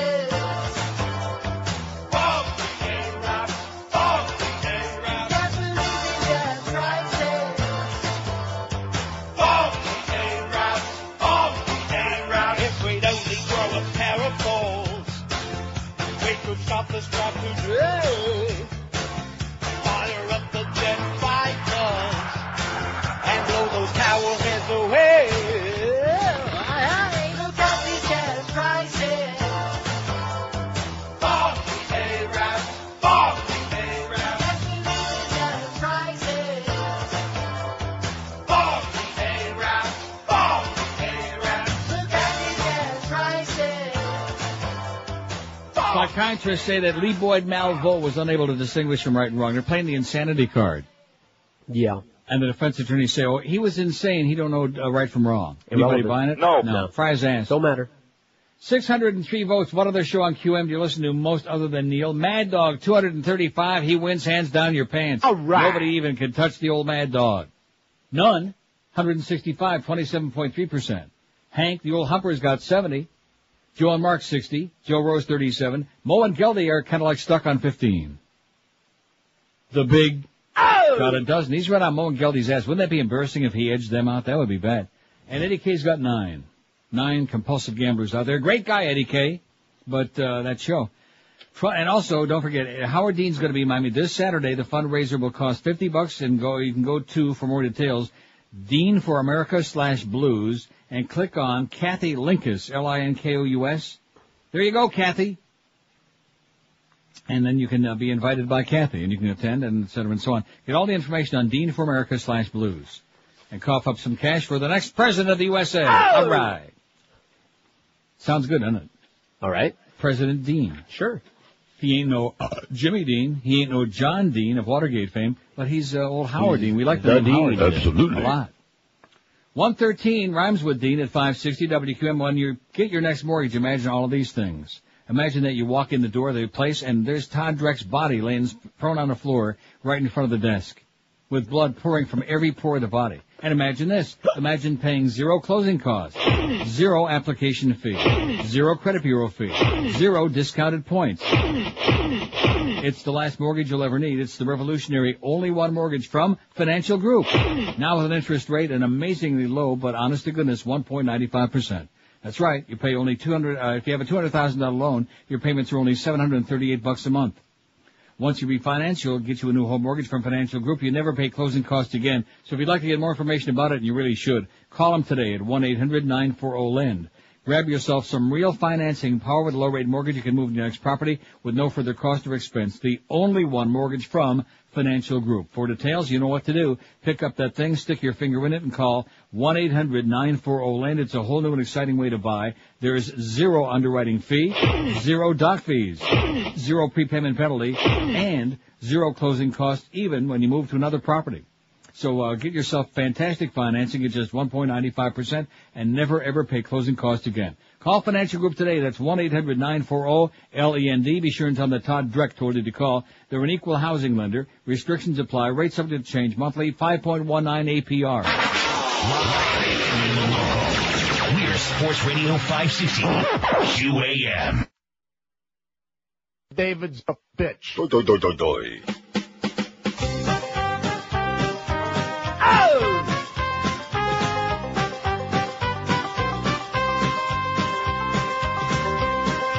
All right. Miami has the Dolphins. They're the worst football team. Yes. They flub the ball from goal to goal like no one's ever seen. They're on the ground. That's where they'll stay. They're never in control. And when you say Miami, you're talking toilet bowl, 'cause they're the Miami Dolphins. Miami Dolphins. Miami Dolphins number. How many teams in the league? 32. Miami Dolphins. Miami Dolphins. Don't bet on them, you'll always lose.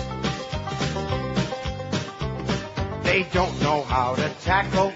They don't know how to block. Their coaches ought to tell them to put Bengay in their jock. Then they would run much faster, and even in defeat, when we go to the stadium, we'll see Miami Heat, and they're the Miami Dolphins. Boy. Miami Dolphins. Miami Dolphins number. How many teams in the league? About 30, man. Miami Dolphins. Miami Dolphins. The team that hasn't got a clue. Miami has the Dolphins, but the Dolphins have no fans. Just 50,000 assholes sitting in the stands. Rectum. They watch the game and all they do is moan and gripe and bitch. I wonder how Joe Robbie got to be so goddamn rich. And they're the Miami Dolphins. Miami Dolphins. Miami Dolphins number. How many teams in the league? 32. Miami Dolphins. Miami Dolphins. I hear the crowd begin to boo. The Dolphins have Jay Fiedler. That quarterback's a Jew. Run down the field and he will throw a pass over you. He'll never win a Super Bowl. You shouldn't be surprised. When he gets cut, that doesn't mean that he was circumcised. And they're the Miami Dolphins. Miami Dolphins. Miami Dolphins number. How many teams in the league? 32. Miami Dolphins. Miami Dolphins. Jay calls his signals in Hebrew. The Dolphins have no defense and their offense is a joke. Like George Bush eating pretzels, you know they're gonna choke. They'll always disappoint you when they're in a playoff race, with fewer points than pockmarks on Huizinga's ugly face. And they're the Miami Dolphins. Miami Dolphins. Miami Dolphins number, oh what the hell, 32. Miami Dolphins, Miami Dolphins, Miami Dolphins, now they're through.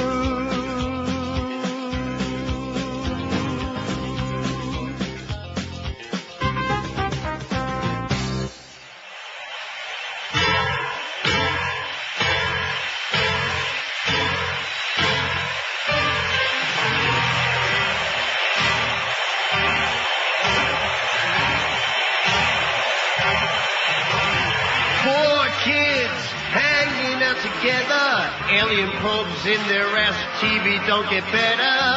The chef just might get laid tonight, cheesy poofs abound. You're gonna see Stan throw up his guts if Wendy's around. There's Stan, Cortland, Kyle, and the talking turd, and at least once a week we hear, "They killed Kenny! You bastard!" Oh, they're so weird, but they're wonderful, and Kenny's face is never seen. He gets hit in the head, and then he's dead. The rats gnaw at him, and then they eat his spleen. No. They killed Kenny! You bastard! What's Stan? You want to know what I think? What? He's doing something to his ass. He's not kicking his ass, but he's definitely doing something to his ass. Hot dog is a gay homosexual.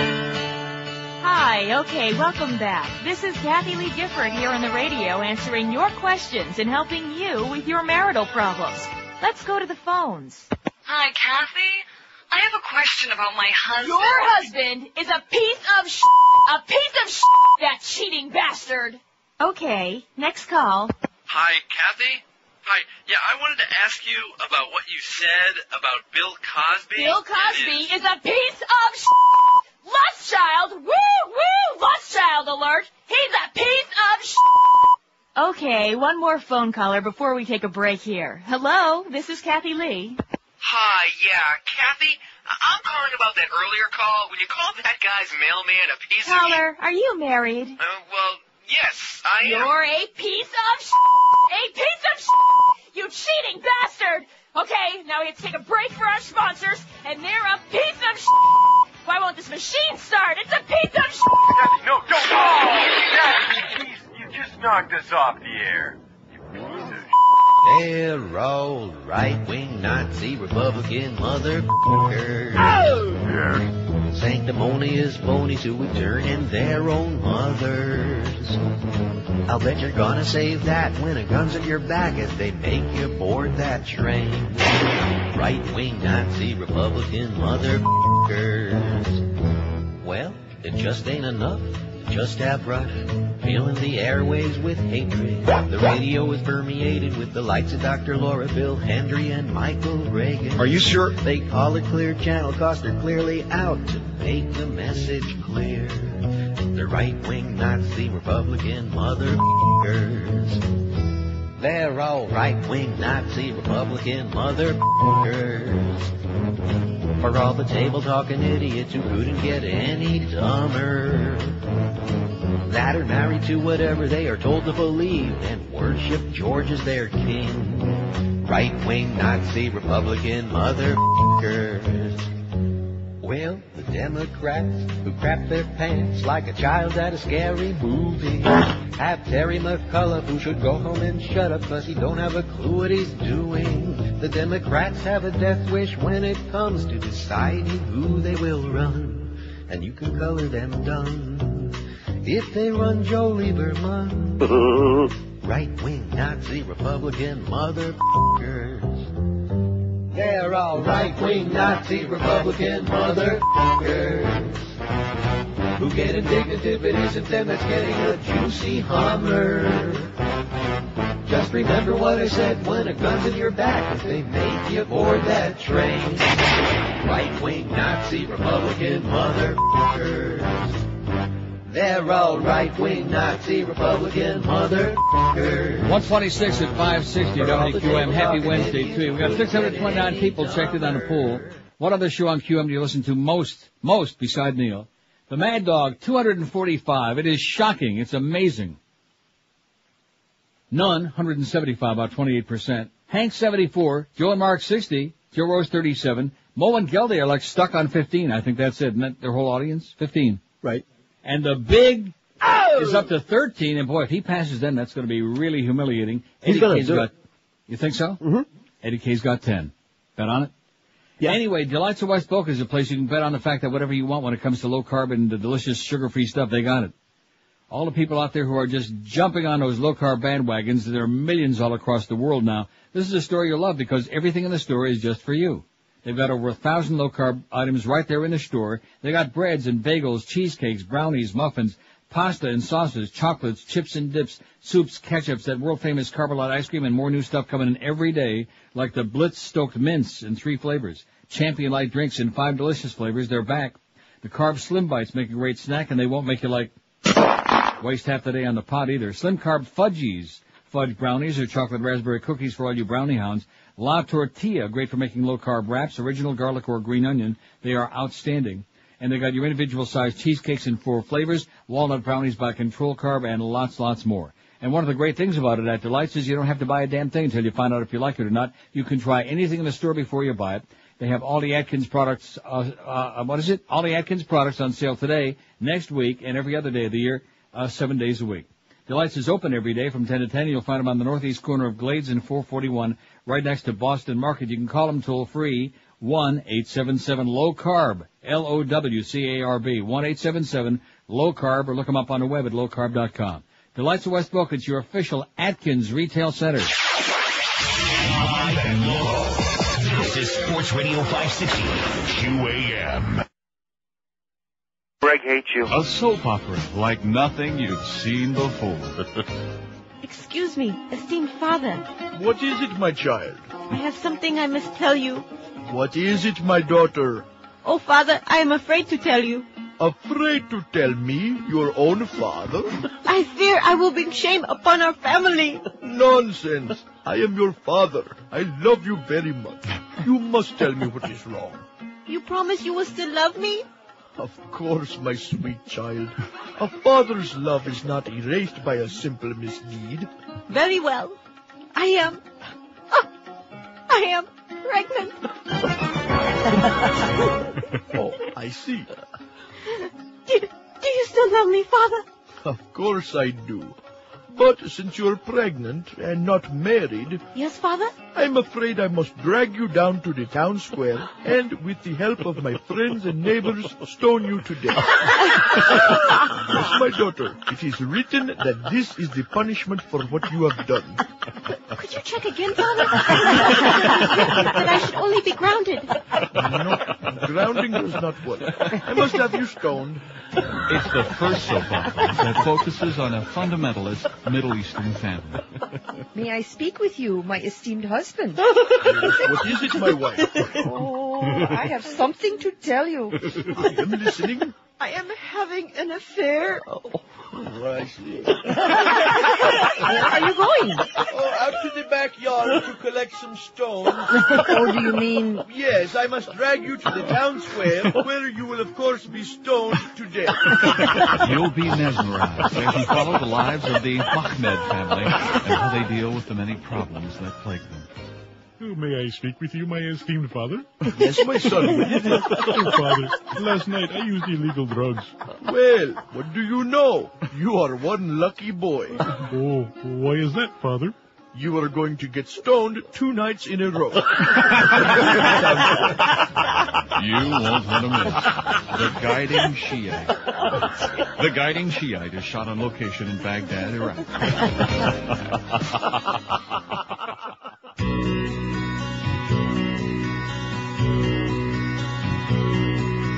Siren fart, deadly fart. It can tear your nose apart. You can't hear it, but you can tell. Someone did it by that awful smell. What the hell did you eat? It smells smells just like rotten meat. Silent fart, deadly fart.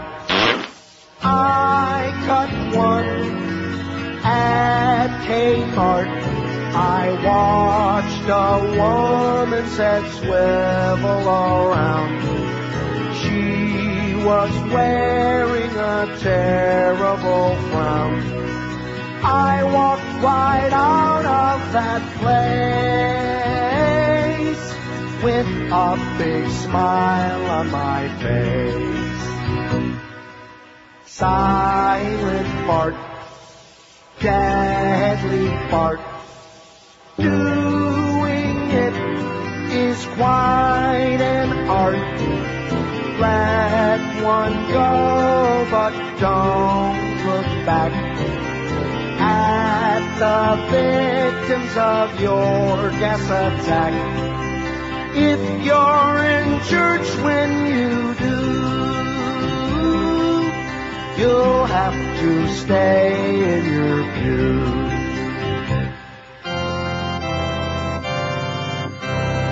In nomine Patri et Filii et Spiritus Sancti, I want to know who cut the cheese.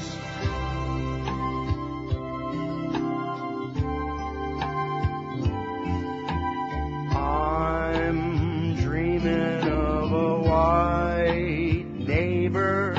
Yes. Just like the ones I used to know.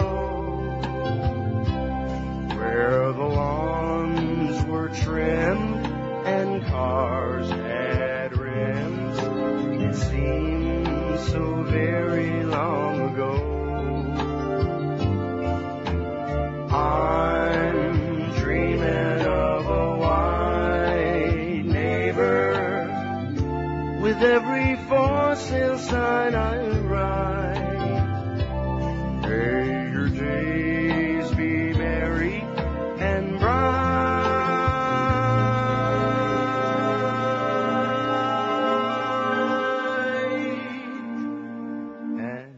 May all your new neighbors be white.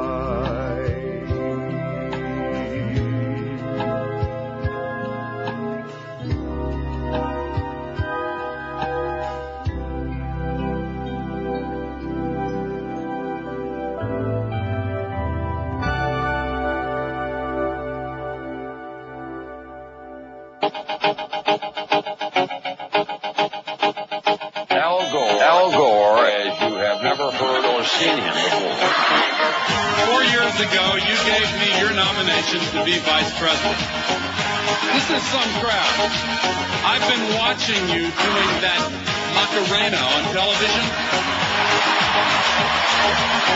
And if I could have your silence, I would like to demonstrate for you the Al Gore version of the Macarena. I am not trying to do that.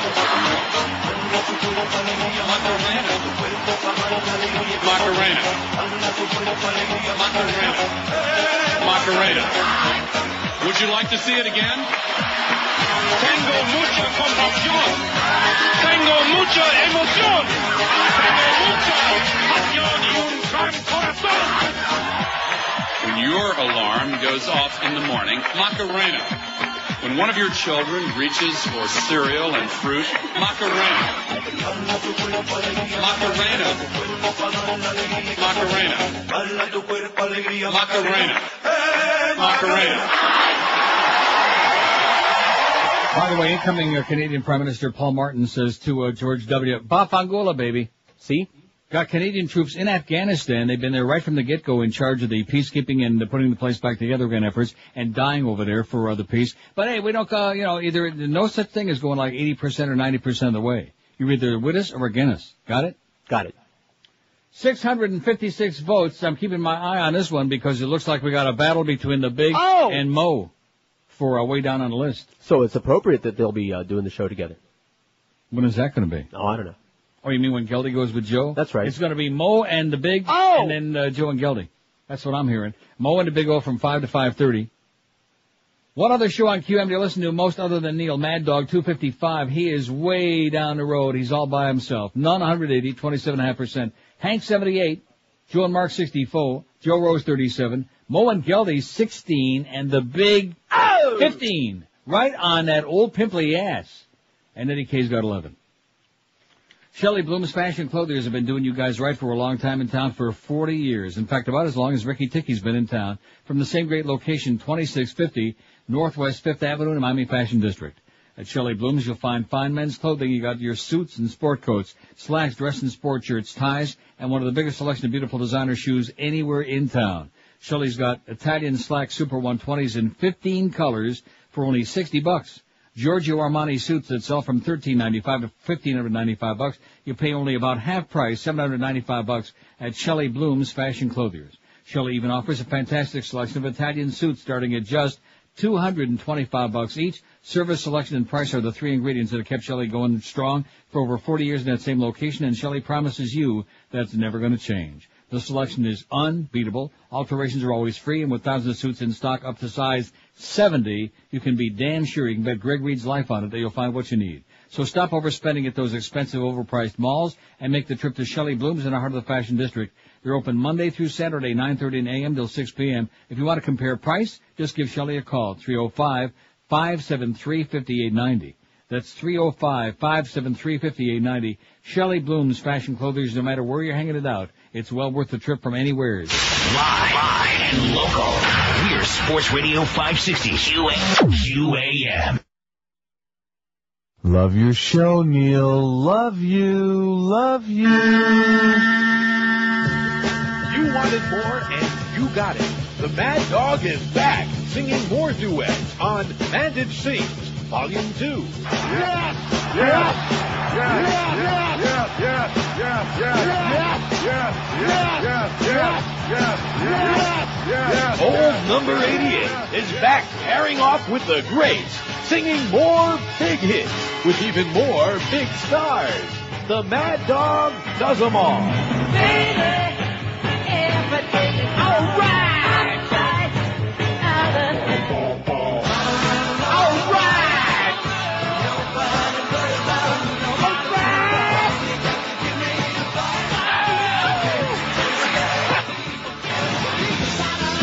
All right. All right. All right. It's an all-new British invasion with the Mad Dog singing like a man. I like it. The truth is finally out that Jim Mandage was truly the fifth Beatle. You gotta give me little love and give me little love. If you want our love to last, sweet. And now your hips are straight. You'll always hear me say it's gonna be alright, alright, it's gonna be alright. Hear the Mad Dog's tender and touching tribute to the king, Elvis. Alright, alright, alright.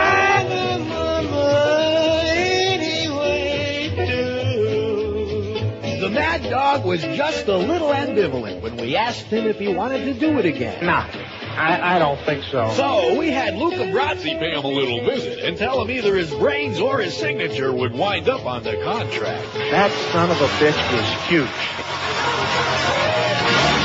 Alright, alright,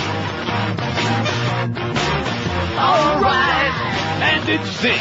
Volume 2, available now if you move quickly. Alright, alright, alright, alright,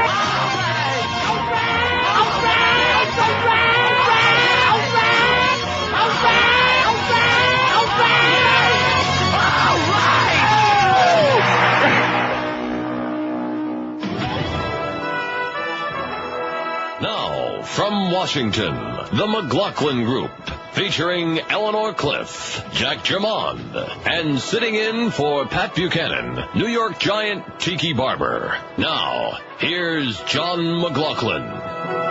Issue 1, George W. Rings or vault?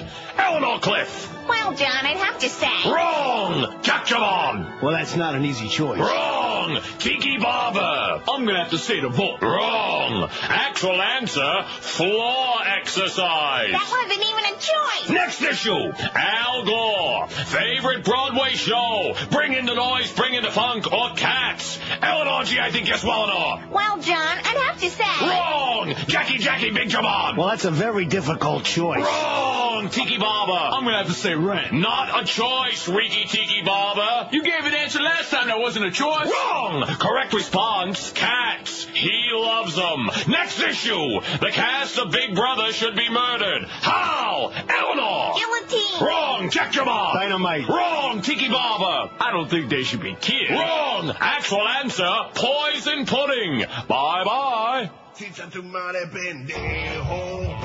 Chicha tu madre maricón.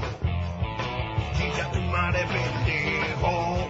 Chicha tu madre maricón. Chicha tu madre maricón. Chicha tu madre pendejo. Puta. Puto. Puto. Puto.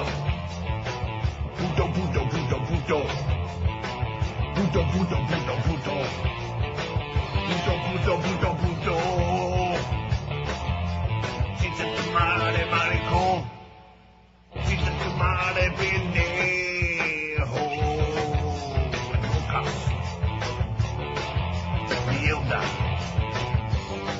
Bueno la daga. Bueno moto. Quiero botar. Chicha tu madre maricón.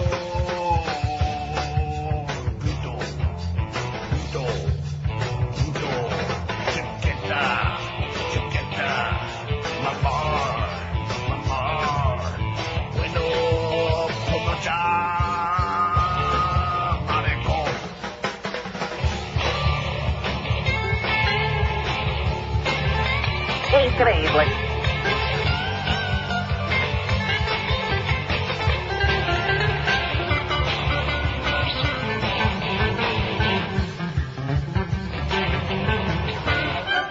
Welcome to the 70th annual Mo Howard Spelling Bee. I see all our knuckleheads are ready, so let's go. All right, Mr. Bush, your word is clandestine, like as in clandestine operation. I-R-A-N-C-O-N-T-R-A. Wrong, porcupine. Okay, Mr. Clinton, your word is monogamous. P-R-O-S-T-I-T-U-T-E. Not even close. Okay, Senator Kennedy, your word is sobriety. Yeah, sure. Who the hell picked these up anyway? C-H-I-V-A-S. Wrong, porcupine. But I don't get drunk off that anymore. I've built up an immunity to it. Yep, it looks like the field's been narrowed to 2 people. Let's start with Ross Perot. You have an easy one. Please spell government. That's simple. Let's go to the charts here. You got S-H-T. Horse, bull, cow. Anything you want. Enough said. Rest my case. You're out. And Mr. Strom Thurmond, you can win this thing if you can spell the word antiquated. O-L-D. Oh. Hey, is that right, Mo? And we have a winner. If anybody knows about old, absolutely, it's Old Mo. 152 at 560. Don't forget, check out President Mo Bush on the website. 680 votes. We got a good battle going on there. You know, I'm going to keep my eye peeled on that. What other show on QM do you listen to most other than Neil? The Mad Dog 266, Nun 184, Hank 81, Joe and Mark 68, Joe Rose 37. Here's the battle. Mo and Geldy 17, the Big 16, and Eddie K 11. You think the Big O can do it? Yes, I do. We'll see. Wait till I get home. Why not let the #1 Asian buffet restaurant, Emerald Coast, do the cooking for you this holiday season? Sounds like a wiener to me. Reserve your holiday party right now. Emerald Coast can accommodate even the largest groups. Start out a fantastic feast at the Emerald Coast with 1 or 2 or all of 6 different fantastic soups, and then sample dozens and zillions of succulent entrees. Maybe not zillions, but at least about 30, man. Like New York strip made to order at their sizzling Asian grill, along with their new seafood Saint Jacques. Enjoy oysters on a half shell every night. And they've got lots more, too. Their Alaskan stone crab is out of this world. Middle neck clams, jumbo shrimp scampi. Now, for the first time, steamed Maine lobster on the weekends. If you still have room left, sample their hand-carved prime rib and their new Thai specialties. And, of course, you'll never walk out of there with a headache, just a big smile on your fat puss, because they use no crap in the cooking, only cholesterol-free oils, no MSG, no cornstarch, no garbage. And the buffet features a full salad bar, their new sushi bar, fresh shrimp cocktail, too. And if you have any room left, or if you're just a gigantic glutton, you'll be pleased to know they have a fantastic dessert station, too, featuring Belgian waffles, pies, and cakes, pastries, ice cream with all your favorite toppings, and fresh fruit as well. Even if you have a watermelon most of the time. Emerald Coast, 3 locations for you. In Sunrise, Pine Island at 44th Street, Collins Avenue just north of 163rd Street, North Miami Beach, and you'll find an Emerald Coast at the intersection of Flamingo and Pembroke Roads in Pembroke Pines. So take the family or book your next business luncheon now, and let the folks at the Emerald Coast do all the work and cooking for you. Takeout and delivery available too. Call 954-572-3822. 954-572-3822 for the world-famous Emerald Coast Chinese Buffet. $535 at the van today. Not that bad, huh? But better than we thought. Better than anybody thought. Especially since we almost got rained out. $45,580 so far for abandoned pet rescue. Live and local. This is Sports Radio 560. UAN. Neil, God. No. This is Rush Limbaugh, servant of humanity, talk show host, hemorrhoid sufferer. Folks at over 300 pounds, I know the agony of this kind of dilemma. Ladies and gentlemen, I'm here to tell you there's help. With new Preparation Rush and my Rush to Excellence suppositories. Now you can end the pain and itching of hemorrhoidal tissue. Just look for my picture on the box of suppositories and the applicator tube. Another fine product from OIB, the Obesity in Broadcasting Network. Oh! Don't like all the heartburn. Every time I see that retarded dimwit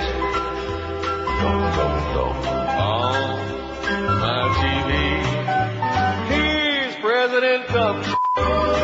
Republicans muscled in an inarticulate idiot. I don't know why they would want this guy, but now he's here. We're screwed the next 4 years with President Dumb.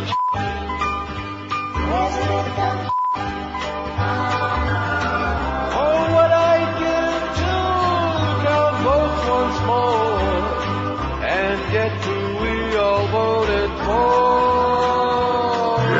Why did you want this? Lips drumming, stupid beat. Mindless, drunk, and rich kid. He's even dumber than me. He's President Dumb. You don't care what it took. You got him in by hook or crook. The Christian right knows what's best for you and I, but have no fear. We've got a great leader here with President Dumb. President Dumb.